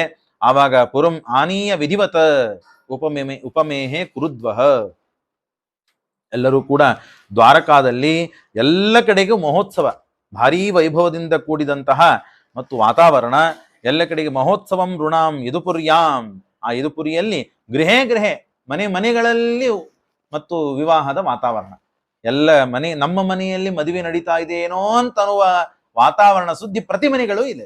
ಅಷ್ಟು ವೈಭವದಿಂದ ಮನೆಗಳನ್ನ ಸುಣ್ಣ ಬಣ್ಣದಿಂದ ಲೇಪನ ಮಾಡಿ ಅಲಂಕಾರಗಳನ್ನ ಮಾಡಿ ಭಾರಿ ವೈಭವದಿಂದ ತೋರಣಗಳನ್ನ ಮಾಲೆಗಳನ್ನ ಕಟ್ಟಿ ಎಲ್ಲ ಕಡೆಗೆ ಸುಗಂಧ ದ್ರವ್ಯಗಳು, ಭಾರಿ ವಿಚಿತ್ರವಾದ ಆಭರಣಗಳನ್ನ ಹಾಕಿಕೊಂಡು ಸುಮಂಗಲಿಯ ಸ್ತ್ರೀಯರು ಭಾರಿ ವಸ್ತ್ರಾಭರಣಗಳನ್ನ ತೊಟ್ಟಿ ಉಟ್ಟುಕೊಂಡು ತಾವು ಅಲಂಕಾರ ಭರಿತರಾಗಿ ಇದ್ದಾರೆ. ಇಷ್ಟು ವೈಭವ ಅಲ್ಲಿ ನಡೀತಾ ಇದೆ. ಸಾ ವೃಷ್ಣಿಪುರ್ಯಾಂ ಸಿಕ್ತ ಮಾರ್ಗ ಮದಚ್ಯುತಿಭಿಹಿ ಊತ ಪ್ರೇಷ್ಠ ಊರ್ಭುಜಾಂ, ಎಲ್ಲ ದ್ವಾರಕದಲ್ಲಿ ಇದ್ದಂತಹ ಎಲ್ಲ ಊರಿನ ಜನ ಕೃಷ್ಣ ಮತ್ತು ರುಕ್ಮಿಣಿಯರನ್ನ ಸ್ವಾಗತ ಮಾಡುವುದಕ್ಕಾಗಿ ಊರಿನ ಹೊರಗಡೆ ಬಂದು ನಿಂತಿದ್ದಾರೆ. ಕೃಷ್ಣ ಬಲರಾಮ ರುಕ್ಮಿಣಿ ಬಂದಿದ್ದಾರೆ, ಸ್ವಾಗತ ಮಾಡಿದ್ದಾರೆ. ಸ್ವಾಗತ ಮಾಡಿಕೊಂಡು ಕರೆದುಕೊಂಡು ಒಳಗಡೆ ಹೋಗಿದ್ದಾರೆ. ಮಿಥೋ ಮಿಮುದುರೇ ತಸ್ಮಿನ್ ಸಂಭ್ರಾಮ್ಯಾತ್ ಪರಿಧಾವತಾಂ ರುಕ್ಮಿಣ್ಯ ಹರಣಂ ಶ್ರುತ್ವಾ ಗೀಹಮಾನಂ ತತಸ್ತತಃ ರಾಜಾನೋ ರಾಜಕನ್ಯಾಶ್ಚ ಬಭೂರು ಭೃಷವಿಸ್ಮಿತಾಃ ದ್ವಾರಕಾಯಾಂ ಅಭೂತ್ ರಾಜನ್ ಮಹಾಮೋದ ಪುರೋಕಸಾಂ. ಎಲ್ಲ ದೇವತೆಗಳಿಗೆ ಸಂತೋಷವಾಗಿದೆ, ಊರಿನ ಜನಕ್ಕೆ ಸಂತೋಷವಾಗಿದೆ, ಎಲ್ಲ ಸಜ್ಜನರಿಗೂ ಹರ್ಷೋದ್ರೇಕ, ಎಲ್ಲಿಲ್ಲದಿದ್ದ ಸಂತೋಷ. ರುಕ್ಮಿಣಿಯನ್ನ ಕೃಷ್ಣ ಕರೆದುಕೊಂಡು ಬಂದಿದ್ದಾನೆ ಅಂದಾಗ ಎಲ್ಲರಿಗೆ ಹೌದು, ರುಕ್ಮಿಣಿ ಪಾಪ ಎಲ್ಲೋ ಹುಟ್ಟಿದ್ದಾಳೆ, ಏನೋ ಯಾರೋ ಕೈಯಲ್ಲಿ ಸಿಕ್ಕಿದ್ದಾಳೆ, ಒದ್ದಾಡ್ತಾ ಇದ್ದಾಳೆ ಅಂತ ಭಾವನೆ ಎಲ್ಲ ಜನಕ್ಕಿತ್ತು. ಇವತ್ತು ರುಕ್ಮಿಣಿಯನ್ನ ಕೃಷ್ಣ ಕರೆದುಕೊಂಡು ಬಂದಿದ್ದಾನೆ ಅಂತ ಎಲ್ಲರಿಗೆ ಬಹಳ ಸಂತೋಷವಾಗಿದೆ. ರಾಜಾನೋ ರಾಜಕನ್ಯಾಶ್ಚ, ಎಲ್ಲ ಹೆಣ್ಣು ಮಕ್ಕಳಿಗೆ ಸಂತೋಷವಾಗಿದೆ. ಬಭೂರ್ ಭೃಷವಿಸ್ಮಿತಾ, ಸಂತೋಷವೂ ಆಗಿದೆ, ಆಶ್ಚರ್ಯವೂ ಆಗಿದೆ. ಬಹಳ ದ್ವಾರಕದಲ್ಲಿ ನಡೀತಾ ಇದೆ. ದ್ವಾರಕಾಯಾಂ ಅಭೂತ್ ರಾಜನ್ ಮಹಾಮೋದ ಪುರೋಕಸಾಂ, ಅಲ್ಲಿದ್ದಂತಹ ಜನ ಎಲ್ಲ ವಿವಾಹಕ್ಕೆ ಬೇಕಾದಂತಹ ಎಲ್ಲ ಅವಸ್ಥೆಗಳನ್ನ ಮಾಡಿಕೊಂಡಿದ್ದಾರೆ. ರಮಯೋಪೇತಂ ದೃಷ್ಟ್ವಾ ಕೃಷ್ಣಂ ಶ್ರಿಯಪತಿಂ, ಆ ಕೃಷ್ಣನಿಂದ ಕೂಡಿಕೊಂಡು ರುಕ್ಮಿಣಿ ದೇವಿ ತಾನು ಬಂದಿದ್ದಾಳೆ. ಆದರೆ ರುಕ್ಮಿಣಿ ನೋಡಿದ್ರೆ ಒಬ್ಬಡ್ಡಕ ಹೆಣ್ಣು, ಯಾರಿಲ್ಲೇ ಇಲ್ಲ. ಬಿಟ್ಟುಕೊಳ್ಳಿಕ್ಕೆ ಯಾರಾದ್ರೂ ಬಿಡಬೇಕು, ಬಿಟ್ಟುಕೊಂಡು ಬರ್ಲಿಕ್ಕೆ ವಿವಾಹ ಮಾಡಿಕೊಂಡೇನು ಕೃಷ್ಣ ಬಂದಿಲ್ಲ, ಕದ್ದುಕೊಂಡು ಬಂದಿದ್ದಾನೆ, ಓಡಿಸಿಕೊಂಡು ಬಂದಿದ್ದಾನೆ. ರುಕ್ಮಿಣಿ ಅಲ್ಲಿಂದ ಬಂದಿದ್ದಾಳೆ. ಹಾಗಾಗಿ ರುಕ್ಮಿಣಿ ರುಕ್ಮಿಣಿ ಹತ್ರ ಯಾರು ಇಲ್ಲ ಅಂತ ಹೇಳಿ ಆ ಸಮಯದಲ್ಲಿ ದೇವಾದಿ ದೇವತೆಗಳೆಲ್ಲ ಬಂದಿದ್ದಾರೆ. ದೇವಾದಿ ದೇವತೆಗಳೆಲ್ಲ ಬಂದಿದ್ದಾರೆ. ಬಂದು ರುಕ್ಮಿಣಿಯ ಕೃಷ್ಣನ ವಿವಾಹದಲ್ಲಿ ಭಾಗವಹಿಸಬೇಕು. ಬ್ರಹ್ಮಾದಿ ದೇವತೆಗಳೆಲ್ಲ ಆಕಾಶದಲ್ಲಿ ನಿಂತಿದ್ದಾರೆ. ರಾಜರು, ಋಷಿಗಳು, ಗಂಧರ್ವರು ಮತ್ತು ಉಳಿದೆಲ್ಲ ರಾಜರುಗಳು ಎಲ್ಲರೂ ಕೂಡ ಬಂದು ಆ ಕೃಷ್ಣನ ದೊಡ್ಡದಾದ ಮಂಟಪ ಭಾರಿ ವೈಭವದಿಂದ ವಿಶ್ವಕರ್ಮ ನಿರ್ಮಾಣ ಮಾಡಿದ್ದಾನೆ. ಸಮುದ್ರ ಮಧ್ಯದಲ್ಲಿ ದ್ವಾರಕೆ, ಆ ದ್ವಾರಕೆ ಮಧ್ಯದಲ್ಲಿ ರಾಜ್ಯ, ಆ ರಾಜ್ಯದ ಮಧ್ಯದಲ್ಲಿ ಒಂದು ವೈಭವೋಪೇತವಾದಂತಹ ಮಂಟಪ, ಶೃಂಗಾರಭರಿತವಾದದ್ದು. ಅಲ್ಲೆಲ್ಲ ದೇವಾದಿ ದೇವತೆಗಳೆಲ್ಲ ಬಂದಿದ್ದಾರೆ. ಬಂದಾಗ ಋಷಿಗಳು ಋಗ್ವೇದ, ಯಜುರ್ವೇದ, ಸಾಮವೇದ, ಅಥರ್ವ ವೇದವನ್ನ ಪಠನೆ ಮಾಡ್ತಾ ಇದ್ದಾರೆ. ನೃತ್ಯ ವಾದ್ಯ ಗೀತೆಗಳು ಎಲ್ಲ ನಡೀತಾ ಇದೆ, ಭೇರಿನಾದಗಳೆಲ್ಲ ನಡೀತಾ ಇದೆ. ಭಾರಿ ಒಳ್ಳೆಯ ಮುಹೂರ್ತ, ದೇವರು ಮಾಡಿದಂತಹ ಮುಹೂರ್ತ ಅದು ಒಳ್ಳೆಯದೇ ಇರ್ತದೆ. ಎಲ್ಲ ನಕ್ಷತ್ರ ರಾಶಿಗಳು ಮತ್ತು ಎಲ್ಲ ದೇವರು ಯಾವ ಸಮಯದಲ್ಲಿ ಇದನ್ನು ವಿವಾಹ ಮಾಡ್ಕೊಳ್ತಾ ಇದ್ದಾನೋ ಅವರೆಲ್ಲ ಮತ್ತು ಆ ಸಮಯಕ್ಕೇನೆ ಒಳ್ಳೆಯವರಾಗ್ಬಿಡ್ತಾರೆ. ನಮಗೆ ಒಳ್ಳೆಯ ಕಾಲ ಬರುವವರೆಗೂ ನಾವು ಕಾಯ್ಬೇಕಾಗ್ತದೆ. ಆದರೆ ದೇವರು ಅವರಿಗೆ ಒಳ್ಳೆಯ ಕಾಲ ಕೊಟ್ಟಿದ್ದೇ ದೇವರು, ಒಳ್ಳೆಯದನ್ನ ಮಾಡಿದ್ದೇ ದೇವರು. ಹಾಗಾಗಿ ಈ ದೇವರ ಸಮಯದಲ್ಲಿ, ವಿವಾಹ ಸಮಯದಲ್ಲಿ ನಾವೆಲ್ಲರೂ ಕೂಡ ಅಗ್ನಿಗಳೆಲ್ಲ ಪ್ರಜ್ವಲಿಸ್ತಾ ಇದೆ ಇತ್ಯಾದಿಗಳನ್ನೆಲ್ಲ ಹೇಳ್ತಾರೆ. ಹೇಳಿ ಆದ ಮೇಲೆ ಆ ಕೃಷ್ಣ ರುಕ್ಮಿಣಿ ಇವರಿಬ್ರು ಭಾರಿ ವೈಭವದಿಂದ ವೇದಘೋಷವನ್ನ ಋತ್ವಿಜರು, ಬ್ರಾಹ್ಮಣರು ಎಲ್ಲರೂ ಮಾಡ್ತಾ ಇದ್ದಾರೆ. ಆ ಸಮಯದಲ್ಲಿ ಭಾರಿ ವೈಭವದಿಂದ ಅಕ್ಷತಾರೋಪಣ ಮಾಡಿ ವಿವಾಹ ಸಂದರ್ಭ ನಡೀತಾ ಇದೆ ಅಂತ ಆ ರುಕ್ಮಿಣಿ ಕೃಷ್ಣರ ಅದ್ಭುತವಾದಂತಹ ವಿವಾಹ. ಅನೇಕ ವಿವಾಹಗಳು ನಡೀತಾ ಹೋಗ್ತದೆ. ಕೃಷ್ಣನದು ಅಷ್ಟಮೈಶ್ವರ್ಯ ವಿವಾಹ ಇದೆ. ಆಮೇಲೆ 16,100 ಜನ ಜೊತೆಗೆ ವಿವಾಹವನ್ನು ಮಾಡಿಕೊಂಡಿದ್ದಾನೆ. ಆದರೆ ರುಕ್ಮಿಣಿ ಸಾಕ್ಷಾತ್ ಲಕ್ಷ್ಮೀ ದೇವಿ, ದಕ್ಷಿಣ ಅಂತನ್ನುವ ಹೆಸರುಳ್ಳ ಲಕ್ಷ್ಮೀ ದೇವಿ. ಹಾಗಾಗಿ ನಿತ್ಯಾಭಿಯೋಗಿ, ಹೊಸದಾದ ಮದುವೆ ಆಗುವ ನವದಂಪತಿಗಳಿಗೆ ಮತ್ತೇನಂದ್ರೆ ಈ ಹೆಣ್ಣು ಇದು ಗಂಡು ಅಂತ ಇರ್ತದೆ. ಇವ್ರು ಇವತ್ತು ಮದುವೆ ಆದ್ರು ಅಂತ ಆಗ್ತಾರೆ. ಆದ್ರೆ ರುಕ್ಮಿಣಿ ಮತ್ತು ಕೃಷ್ಣ ಎಂದ ಮದುವೆ ಆದರು ಅಂದ್ರೆ ಅನಾದಿ ಕಾಲದಿಂದ ಅನಂತ ಕಾಲದವರೆಗೂ ನಿತ್ಯಾಭಿಯೋಗಿ ಆದಂತಹ ರುಕ್ಮಿಣಿ ಮತ್ತು ಕೃಷ್ಣ. ಸುಮ್ಮನೆ ಅವರ ವಿವಾಹವನ್ನು ಕೇಳಿ ಹೇಳಿ ಮಾಡಿ ನಾವು ಆ ವಿವಾಹದಲ್ಲಿ ಭಾಗವಹಿಸಿದರೆ ನಮ್ಮ ಕಲ್ಯಾಣವಾಗ್ತದೆ ಅನ್ನೋ ಸಲುವಾಗಿ ದೇವರು ಈ ವಿವಾಹದ ಸಮಯ ಸಂದರ್ಭಗಳನ್ನ ಮಾಡಿಕೊಂಡಿದ್ದು. ಹಾಗಾಗಿ ಇವತ್ತು ನಾವು ಈ ಮುಖ್ಯವಾಗಿ ಇವತ್ತು ಹೇಳಬೇಕು ಅಂತಂದ್ರೆ, ಇವತ್ತು ಜಗದ್ಗುರುಗಳಾದ 1008 ಸತ್ಯಾತ್ಮತೀರ್ಥ ಶ್ರೀಪಾದಂಗಳವರ 30ನೇ ವರ್ಷ ಆಯ್ತು ಇವತ್ತಿಗೆ ಪೀಠಾರೋಹಣ ಮಾಡಿ. ಇವತ್ತು ನಾವೇನು ಅನ್ಕೊಂಡಿದ್ದಿಲ್ಲ. ಎಲ್ಲಿದ್ದಾರೆ ಯಜಮಾನ್ರು? ಕರೀರಿ, ಬರ್ರಿ, ಎಲ್ಲರೂ ಬರ್ರಿ. ಇಲ್ಲಿ ಮನೆಯಲ್ಲಿ ಕಾರ್ಯಕ್ರಮ ಆದ್ರೆ ಇದೇ ಅವಸ್ಥೆ. ಅವರು ಬಂದ ಅವ್ರಿಗೆ ವ್ಯವಸ್ಥೆ ಮಾಡೋದ್ರೊಳಗೇನೆ ಸಮಯ ಹೋಗ್ಬಿಡ್ತದೆ. ಬರ್ರಿ, ಎಲ್ಲರೂ ಬರ್ರಿ. ಇಲ್ಲಿ ಬಾ, ಪ್ರಸಾದ ಬೇಕು ಬೇಡ? ಬಾಯ್.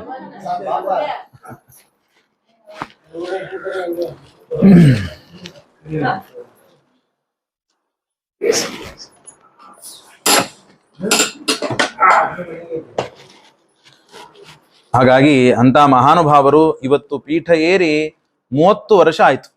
73ನೇ ಇಸ್ವಿಗೆ ಅವರ ಅವತಾರ, 96ನೇ ಇಸ್ವಿಗೆ ಅವರ ಆಶ್ರಮ. ಹಾಗೆ ಇವತ್ತಿಗೆ 30 ವರ್ಷ ಆಯ್ತು.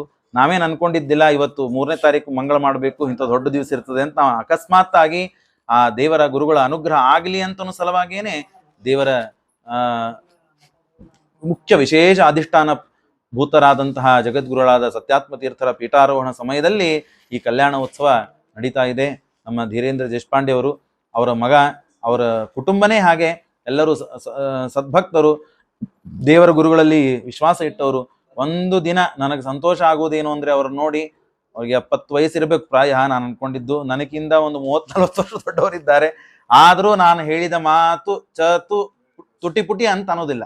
ಹೇಳಿದ್ದೆಲ್ಲ ಮಾಡ್ತಾರೆ. ಒಂದು ದಿವಸ ಪಾಠ ತಪ್ಪಿಸಿಲ್ಲ. ಅದೆಲ್ಲಕ್ಕಿಂತ ಹೆಚ್ಚಿನ ಶ್ರೇಷ್ಠವಾದದ್ದು. ಹಾಗಾಗಿ ಪಾಠಕ್ಕೆ ಪ್ರತಿನಿತ್ಯ 7-8 ವರ್ಷ ಆಯ್ತು ನಾನು ಹುಬ್ಳಿಗೆ ಬಂದು. ಅವತ್ತಿನಿಂದ ಅವರು ಉಪಾಧ್ಯಾಯರು, ಪಿರಿಜಾಬಾದಿಯವರು ಮೊದಲಿಗೆ ಶಿಷ್ಯರು, ಆಮೇಲೆ ಉದ್ದಾರವರು, ಅನೇಕ ಜನ ಇದ್ದಾರೆ. ಸಣ್ಣ ಪಾಠ ದೊಡ್ಡ ಪಾಠ ಅಂತ 2, ವಯಸ್ಸಾದವರು ಒಂದು ಪಾಠ, ವಯಸ್ಸಾಗದೇ ಇದ್ದವರು ಒಂದು ಪಾಠ ಅಂತ 2-3 ಬ್ಯಾಚ್ ಇದೆ. ಯಾರೂ ಕೂಡ ಪಾಠ ಪ್ರವಚನ ಅಂತಂದ್ರೆ ಅಷ್ಟು ವಿಶ್ವಾಸ. ಅದು ನಮ್ಮ ಆಚಾರ್ಯರು ಸತ್ಯಧ್ಯಾನರು ಹಾಕಿಕೊಟ್ಟಂತಹ ಒಂದು ಪ್ರಥಾ. ಆ ಪ್ರಥದಲ್ಲಿ ತಾವು ಇದ್ದು ನಮ್ಮ ಮಾತುಗಳನ್ನ ಕೇಳ್ತಾ ಪಾಠ ಪ್ರವಚನವನ್ನು ಮಾಡ್ತಾ ಇದ್ದಾರೆ. ಅಂಥವರು ಇವತ್ತು ಮತ್ತು ಅವರ ಮನೆಯಲ್ಲಿ ರುಕ್ಮಿಣಿ ಕಲ್ಯಾಣ ಆಗಬೇಕು. ಅವರೇನಂದ್ರು ದೊಡ್ಡ ದೇವರನ್ನ ತೆಗಿಸಿ ಮತ್ತೆ ಬಹಳ ದಿವಸ ಆಯ್ತು, ದೊಡ್ಡ ದೇವರು ಸಣ್ಣ ದೇವರು ಅಂತ ಈಗೀಗ ಶುರು ಆಗಿದೆ. ಮೊದಲೆಲ್ಲ ದೊಡ್ಡ ದೇವರು ಸಣ್ಣ ದೇವರು ಅಂತ ಇದ್ದೇ ಇಲ್ಲ. ದೇವರು ಅಂತಂದ್ರೆ ಒಬ್ರೆ, ಅಂದ್ರೆ ಹೇಳೋ ತಾತ್ಪರ್ಯ ಅವರ ಮನತನದಿಂದ ಬಂದ ದೇವರಿರುತ್ತದೆ. ಈ ಶುಭ ಸಂದರ್ಭದಲ್ಲಿ ದಿವಸ ಇಷ್ಟೆಲ್ಲ ದೇವರನ್ನ ಪೂಜೆ ಮಾಡುವ ಅವಸರ ಇರೋದಿಲ್ಲ, ಕೆಲಸ ಇತ್ಯಾದಿಗಳಿರ್ತದೆ. ಹಾಗಾಗಿ ಕೆಲವು ದೇವರಗಳನ್ನ ಪೂಜೆ ಮಾಡಿದರೆ, ತೀರ್ಥ ಆದ್ರೆ ಸಾಕು ಕೆಲಸಕ್ಕೆ ಹೋಗುವ ವ್ಯವಸ್ಥೆ ಮಾಡ್ಕೊಳ್ಳಿಕ್ಕೆ ಸಣ್ಣ ದೇವರನ್ನ ಮಾಡಿರ್ತಾರೆ. ಇನ್ನು ಸೂಟಿ ಸಮಯ, ಹರಿದಿನ, ಹಬ್ಬ, ಇಂಥ ದೇವರೂಟ ಇತ್ಯಾದಿ ಸಮಯಗಳಲ್ಲಿ ಆ ದೊಡ್ಡ ದೇವರ ಎಲ್ಲಾ ದೇವತೆಗಳನ್ನ ಪೂಜೆ ಮಾಡೋದು ನವರಾತ್ರಿಗಳಲ್ಲಿ ಅಂತ ಹೇಳ್ತೀವಲ್ಲ, ಹಾಗಾಗಿ ದೊಡ್ಡ ದೇವರನ್ನ ತೆಗೆಸ್ಬೇಕು, ಪೂಜೆ ಮಾಡಬೇಕು. 50 ಮಂದಿ ಆಗ್ತದೆ, ಎಲ್ಲರಿಗೂ ಹೋಳಿಗೆ ಊಟಕ್ಕೆ ಹಾಕ್ಸ್ಬೇಕು ಅಂತ ವಿಚಾರ ಮಾಡಿವಿ. ಆಚಾರ ಮತ್ತ ನೀವು ದೊಡ್ಡ ದೇವ್ರ ಪೂಜೆ ಮಾಡ್ತೀರೇನೋ? ನಾ ದೊಡ್ಡ ದೇವ್ರ ಪೂಜೆ ಮಾಡಂಗಿಲ್ಲ ಅಂತ ಹೇಳಿದೆ. ನಾನು ದೊಡ್ಡ ದೇವ್ರ ಪೂಜೆ ಮಾಡ್ಲಿಕ್ಕೆ ನಾ ಬರೋದಿಲ್ಲ. ನೀವು ಅಷ್ಟೆಲ್ಲ ಹೋಳಿಗೆ ಊಟ ಹಾಕ್ತಾ ಇದ್ದೀರಂತಂದ್ರೆ ಇದು ದೇವರಿಗೆ ಕೇವಲ ಬಂದವರಿಗೆ ಹೊಟ್ಟೆ ತುಂಬಿಸುವುದು ಅಷ್ಟೇ ನಮ್ ಜವಾಬ್ದಾರಿ ಇಲ್ಲ, ತಲೆ ತುಂಬಿಸುವುದು ನಮ್ ಜವಾಬ್ದಾರಿ ಇದೆ. ಹಾಗಾಗಿ 3 ದಿವಸ ಆದರೂ ಶ್ರವಣ ಮಾಡಿ ಮತ್ತೆ ಒಳ್ಳೆ ದೇವರ ಚರಿತ್ರೆಯನ್ನ ಕೇಳಿಸಿ ಅನಂತರದಲ್ಲಿ ಬಂದವರಿಗೆ ನೀವು ತೀರ್ಥಪ್ರಸಾದ ವ್ಯವಸ್ಥೆ ಮಾಡ್ರಿ. ಅವಶ್ಯ ಎಲ್ಲ ಕಲ್ಯಾಣ ಆಗ್ತದೆ. ಮುಖ್ಯವಾಗಿ ಮಾಡಬೇಕಾದದ್ದು ರುಕ್ಮಿಣಿ ಮತ್ತು ಕೃಷ್ಣರ ಸ್ವಯಂವರ, ಆ ಕಲ್ಯಾಣೋತ್ಸವದ ಪ್ರಸಾದ ಏನು ಅಂತಂದ್ರೆ ಪ್ರಸಾದನಿಗೆ ಪ್ರಸಾದ ಆಗ್ಬೇಕಾಗಿದೆ. ಹಾಗಾಗಿ ಅವನು ಈಗ ಏನಂತಾರೆ, ಸ್ವಾಮಿಗಳು ಇವತ್ತು ಪೀಠವನ್ನು ಏರಿ, ಸನ್ಯಾಸ ಪೀಠವನ್ನು ಏರಿ 30 ವರ್ಷ ಆಯ್ತು. ಹಾಗಾಗಿ ಇನ್ನ ಮೇಲೆ ಈ ಹುಡುಗ ಗೃಹಸ್ಥಾಶ್ರಮ ಪೀಠವನ್ನು ಏರ್ಬೇಕಾಗಿದೆ. ಹಾಗಾಗಿ ಅವನಿಗೆ ಈ ಎಲ್ಲ ಪುಣ್ಯ, ನೀವೆಲ್ಲ ದೊಡ್ಡವರು ಬಂದಿದ್ದೀರಿ, ಹಿರಿಯರಿದ್ದೀರಿ, ಅವರಿಗೆ ಶುಭ ಕೋರಿಕೆಗಳನ್ನ ಕೋರ್ತಾ ಎಲ್ಲ ಬಂದ ಪುಣ್ಯ ಅವನಿಗೆ ಧಾರೆ ಎರೆದು ಅವನು ವಿವಾಹ ಅತಿ ಶೀಘ್ರದಲ್ಲೇನೆ ಸಂಧಿಸಿ ಆಗಿ ಮತ್ತೆ ಪುನಃ ದೊಡ್ಡ ದೇವರನ್ನು ತೆಗೆಸಿ ಮತ್ತೆ ಹೋಳಿಗೆ ಊಟ ಹಾಕುವಂತೆ ಆಗಬೇಕು. ಹಾಗೂ ಸುಮ್ಮನೆ ಬಿಡೋದಿಲ್ಲ. 3 ದಿವಸ ನಾನು ಕಲ್ಯಾಣವನ್ನು ಹೇಳೇನೆ, ಅದು ಅಂತ್ಯೇಚ ಮಧ್ಯೇಚ ದೇವರ ಸ್ತೋತ್ರಗಳನ್ನ ಮಾಡಿ ಆ ವಿವಾಹವನ್ನ ಸಾಗಬೇಕು. ಕೇವಲ ವಿವಾಹ ಸಾಗಿ ಮುಂದೆ ಸಾಗಬೇಕು, ಹಾಗೆ ಜೀವನ ಉತ್ತಮ ಸಂತಾನ ಆಗಬೇಕು. ಶಾಸ್ತ್ರ ಶ್ರವಣಗಳನ್ನ ಮಾಡುವ, ಶಾಸ್ತ್ರಗಳನ್ನ ಓದುವ, ಕೇಳುವ ಸೌಭಾಗ್ಯ ತನಗೂ ಬರುವಂತೆ ತನ್ನ ಮಕ್ಕಳಿಗೆ ವಂಶ ಬರಬೇಕು. ಅಷ್ಟೇ ಅಲ್ಲದೇನೆ ಮೊದಲೇ ಮಗ ಇದ್ದಾನೆ ಪವನ್ ದೇಶಪಾಂಡೆ, ಅವನಿಗೂ ಕೂಡ ವಂಶಾಭಿವೃದ್ಧಿ ಆಗುವಂತೆ ಉತ್ತಮ ಪುತ್ರ ಸಂತಾನವೂ ಆಗಬೇಕು. ಎಲ್ಲ ಕುಟುಂಬಕ್ಕೆ ದೇವರು ಒಳ್ಳೇದು ಮಾಡ್ಲಿ ಅಂತ ಪ್ರಾರ್ಥನೆ ಮಾಡ್ತಾ ಇವತ್ತಿನ ಈ ನೋಡ್ರಿ ಎಲ್ಲ ಕೂಡಿ ಬಂದಾವ್. ನಾವೇನು ಅನ್ಕೊಂಡಿದ್ದಿಲ್ಲ. ಹಾಗಾಗಿ ಉಮರ್ಜಿ ದೇಶಪಾಂಡೆ ಮಗಳು ಉಮರ್ಜಿ ಮಂಥನಕ್ಕೆ ಹೋಗಿದ್ದಾರೆ. ಅವರು ಹಳೆಯಂದ್ರು ನೋಡ್ರಿ. ಹಾಗಾಗಿ ಇದೆಲ್ಲ ಶುಭ ಸೂಚನೆ. ಶೀಘ್ರದಲ್ಲೇನೆ ಎಲ್ಲ ಒಳ್ಳೇದಾಗುವುದಿದೆ ಅಂತ ಅನ್ಲಿಕ್ಕೆ ದೇವರು ಈ ಎಲ್ಲ ಪರಿಕಲ್ಪನೆಗಳನ್ನು ಕಲ್ಪಿಸಿ ಮಾಡಿ ಕೊಟ್ಟಿದ್ದಾನೆ. ಹಾಗಾಗಿ ದೇವರು ವಿಶೇಷವಾದ, ನೀವೆಲ್ಲ ಮತ್ತು ಜನ ಪ್ರತಿನಿತ್ಯ ಬಂದು ಶ್ರವಣ ಮಾಡಿದ್ದೀರಿ 3 ದಿನಗಳಲ್ಲಿ. ಹಾಗಾಗಿ ಅವರವರ ಅಭಿಲಷಿತವಾದದ್ದು ಕಾಮನೆಗಳು ಮನಸ್ಸಿನಲ್ಲಿ ಇರ್ತದೆ. ಮೊದಲೇ ದಿವಸನ ಹೇಳಿದ್ದೆ ನಾನು, ಏನಂದ್ರು ಜನ ಎಲ್ಲ ಲಕ್ಷ್ಮೀದೇವಿ ಮೊದಲು ಮಾಡಿಕೊಂಡು ಎಲ್ಲರೂ ಅಪೂರ್ಣರೇ ದೇವರ ಮುಂದೆ. ದೇವರ ಒಬ್ಬನೇ ಪೂರ್ಣ. ಎಲ್ಲರಿಗೂ ಮೋಕ್ಷ ಬೇಕು, ಅವರವರ ಇಷ್ಟ, ಲೌಕಿಕವಾದದ್ದು ಅಲೌಕಿಕವಾದದ್ದು ಎಲ್ಲವೂ ಫಲಗಳು ಬೇಕೇ ಬೇಕು ಮನುಷ್ಯನಿಗೆ. ಹಾಗಾಗಿ ಅದೆಲ್ಲ ಫಲಗಳು ನಾವು ಮನಸ್ಸಿನಲ್ಲಿ ಏನೇನು ಅಪೇಕ್ಷಿತವಾದದ್ದನ್ನು ಇಟ್ಕೊಂಡಿರ್ತೇವೋ, ಕೇಳಬೇಕು ಅಂತ ಬಂದಿರ್ತೇವೋ, ಅದನ್ನ ದೇವರ ಮುಂದೆ ಸಮರ್ಪಣೆ ಮಾಡಿದರೆ ಅವಶ್ಯವಾಗಿ ದೇವರು ಕರುಣಾಮಯ. ಅವನು ಪರಮಾತ್ಮ, ಅವನು ಕೊಡ್ಲಿಕ್ಕಾಗೆ ವರಪ್ರದ. ಅವನು ವರವನ್ನು ಕೇಳಿದಾಗ ಕೊಡ್ತಾನೆ ಅಂತನೂ ಸಲುವಾಗಿ ಅವನಿಗೆ ವರಪ್ರದ ಅಂತ ಹೆಸರು. ಅವಶ್ಯವಾಗಿ ಕೊಟ್ಟೇ ಕೊಡ್ತಾನೆ. ಮುಖ್ಯವಾಗಿ ಹೇಳಿದಂತಹ ಕುಟುಂಬ ದೇಶಪಾಂಡೆ ಮನೆತನ ಅಭಿವೃದ್ಧಿಗೊಳ್ಳಿ, ಕಲ್ಯಾಣ ಅತಿ ಶೀಘ್ರದಲ್ಲೇನೆ ಅವನಿಗೆ ಸಂಭವಿಸಿ ಮತ್ತೆ ಪುನಃ ದೇವರೂಟವನ್ನ ಮಾಡುವ, ಹೋಳಿಗೆ ಊಟವನ್ನು ತಿನ್ನಿಸುವ ಸೌಭಾಗ್ಯ ದೇವರು ಕರುಣಿಸ್ಲಿ ಅಂತ ವಿಶೇಷವಾಗಿ ಪ್ರಾರ್ಥನೆ ಮಾಡ್ತಾ, ನಮ್ಮ ಈ ಎಲ್ಲ ಭಾಗ್ಯವನ್ನ ಕರುಣಿಸಿದ್ದು ನಮ್ಮ ತಂದೆ ತಾಯಿಗಳು, ಅವರ ತ್ಯಾಗ ಮಾಡಿ ಕಳಿಸಿದ್ದಕ್ಕಾಗೇನೆ ಈ 2 ಅಕ್ಷರಗಳನ್ನ ಹೇಳುವ ಸೌಭಾಗ್ಯ ಬಂದಿದೆ. ಹಾಗಾಗಿ ಆ ಗುರುಗಳು ಅಧ್ಯಯನ ಮಾಡಿದ್ದಕ್ಕಾಗಿ ಆ ಗುರುಗಳು ವಿಶೇಷವಾಗಿ ಆಶೀರ್ವಾದ ಮಾಡಿ ಕಳಿಸಿದ್ದು. ಹಾಗಾಗಿ ಈ ಎಲ್ಲ ಪುಣ್ಯವನ್ನ ಆ ಗುರುಗಳಲ್ಲಿ ಸಮರ್ಪಣೆ ಮಾಡ್ತಾ, ಅಸ್ಮದ್ಗುರು ಅಂತರ್ಗತ ಭಾರತೀಯ ಮುಖ್ಯ ಪ್ರಾಣಾಂತರ್ಗತ ಕುಲದೇವತಾ ಪ್ರಿಯತಾಂ ಪ್ರೀತೋ ಭವತು. ಶ್ರೀಕೃಷ್ಣಾರ್ಪಣಮಸ್ತು. ನಾಹಂ ಕರ್ತ ಹರಿಕರ್ತ ತತ್ಪೂಜಾ ಕರ್ಮಚಾಕಿಲಂ ತಥಾಪಿ ಮತ್ಕೃತಾ ಪೂಜಾ ತತ್ಪ್ರಸಾದೇನ ನಾನ್ಯಥಾ ತದ್ಭಕ್ತಿಸ್ತತ್ಫಲಂ ಮಖ್ಯಂ ತತ್ಪ್ರಸಾದ ಪುನಃ ಪುನಃ ಕರ್ಮಣ್ಯಾಸೋ ಹರಾವೇವಂ ವಿಷ್ಣೋಸ್ತೃಪ್ತಿಕರ ಸದಾ ಅನೇನ ಭಾವಯತ್ ಪುಣ್ಯಂ ತದಾಪ್ನೋತು ಗುರುರ್ಮ. ಶ್ರೀ ಕೃಷ್ಣಾರ್ಪಣಮಸ್ತು. ಹರಿ ಸರ್ವೋತ್ತಮ ಹರಿ ಸರ್ವೋತ್ತಮ ಹರೇ ಶ್ರೀನಿವಾಸ.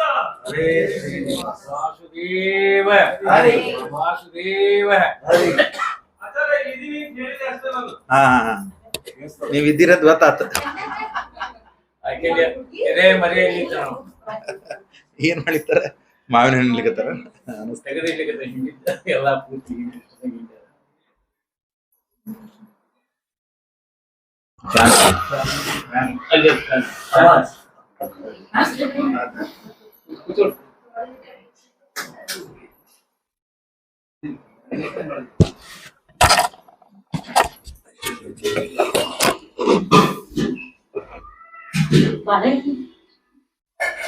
ಒಳಗೆ ನೋಡಲ್ಲ ಮಾಲಿ हेलो हाँ बोलो एक मिनट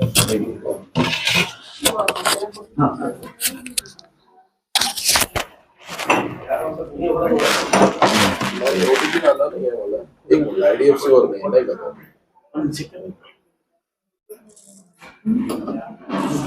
ವೆಂಕಟೇಶೋ ವಾಸುದೇವ ಪ್ರದ್ಯುಮ್ನೋ ಮಿತ ವಿಕ್ರಮಃ ಸಂಕರ್ಷಣೋ ನಿರುದ್ಧಶ್ಚ ಶೇಷಾದ್ರಿಪತಿರೇವ ಚ ಜನಾರ್ದನ ಪದ್ಮನಾಭೋ ವೆಂಕಟಾಚಲವಾಸನಃ ಸೃಷ್ಟಿಕರ್ತಾ ಜಗನ್ನಾಥೋ ಮಾಧವೋ ಭಕ್ತವತ್ಸಲಃ ಗೋವಿಂದೋ ಗೋಪತಿ ಕೃಷ್ಣ ಕೇಶವೋ ಗರುಡಧ್ವಜಃ ವರಾಹೋ ವಾಮನಶ್ಚೈವ ನಾರಾಯಣ ಅಧೋಕ್ಷಜಃ ಶ್ರೀಧರ ಪುಂಡರೀಕಾಕ್ಷ ಸರ್ವದೇವಸ್ತುತೋ ಹರಿಃ ಶ್ರೀ ನೃಸಿಂಹೋ ಮಹಾಸಿಂಹ ಸೂತ್ರಾಕಾರ ಪುರಾತನಃ ರಮಾನಾಥ್ ಅನ್ಮುಂದು ಓದರ ಪುರುಷೋತ್ತಮ ಚೋಲಪುತ್ರ ಪ್ರಯಶಾಂತೋ ಬ್ರಹ್ಮಾದೀನಾಂ ವರಪ್ರದ ಶ್ರೀನಿಧಿ ಇದೊಳಗೆ ಭಯಕೃತ್ ಭಯನಾಶನಃ ಶ್ರೀರಾಮೋ ರಾಮಭದ್ರಶ್ಚ ಭವಂದೇಕಮೋಚಕಃ ಭೂತಾ ಅದರೊಳಗೆ ಮನುಶ್ರೀಯಪತಿ ಅಚ್ಯುತಾನಂದ ಗೋವಿಂದೋ ವಿಷ್ಣೋರ್ವೆಂಕಟನಾಯಕಃ ಸರ್ವದೇವೈಕ ಶರಣಂ ಸರ್ವದೈವೈಕ ದೇವತಂ ಸಮಸ್ತದೇವ ಕವಚಂ ಸರ್ವದೇವ ಶಿಖಾಮಣಿ ಇತೀದಂ ಕೀರ್ತನಂ ಯಸ್ಯ ವಿಷ್ಣೋರಮಿತತೇಜಸಃ ತ್ರಿಕಾಲೇ ಯಪ್ಪಟೇ ನಿತ್ಯಂ ಪಾಪಂ ತಸ್ಯ ನ ವಿದ್ಯತೆ ರಾಜದ್ವಾರೆ ಪಟೇದ್ಘೋರೆ ಸಂಗ್ರಾಮೇ ರಿಪುಸಂಕಟೆ ಭೂತಸರ್ಪಪಿಶಾಚಾರಿ ಭಯಂ ನಾಸ್ತಿ ಕದಾಚನ ಅಪುತ್ರೋ ಲಪತೆ ಪುತ್ರ ನಿರ್ಧನೋ ಧನವಾನ್ ಭವೇತ್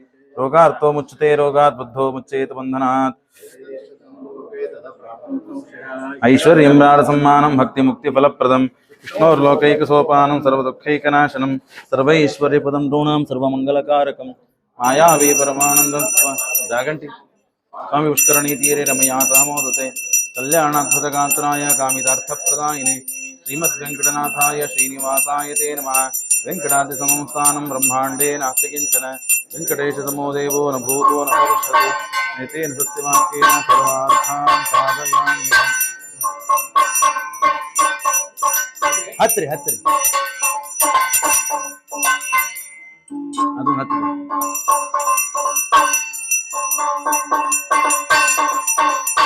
ಒಂದು ತೆಗಿಲಿಕ್ಕೆ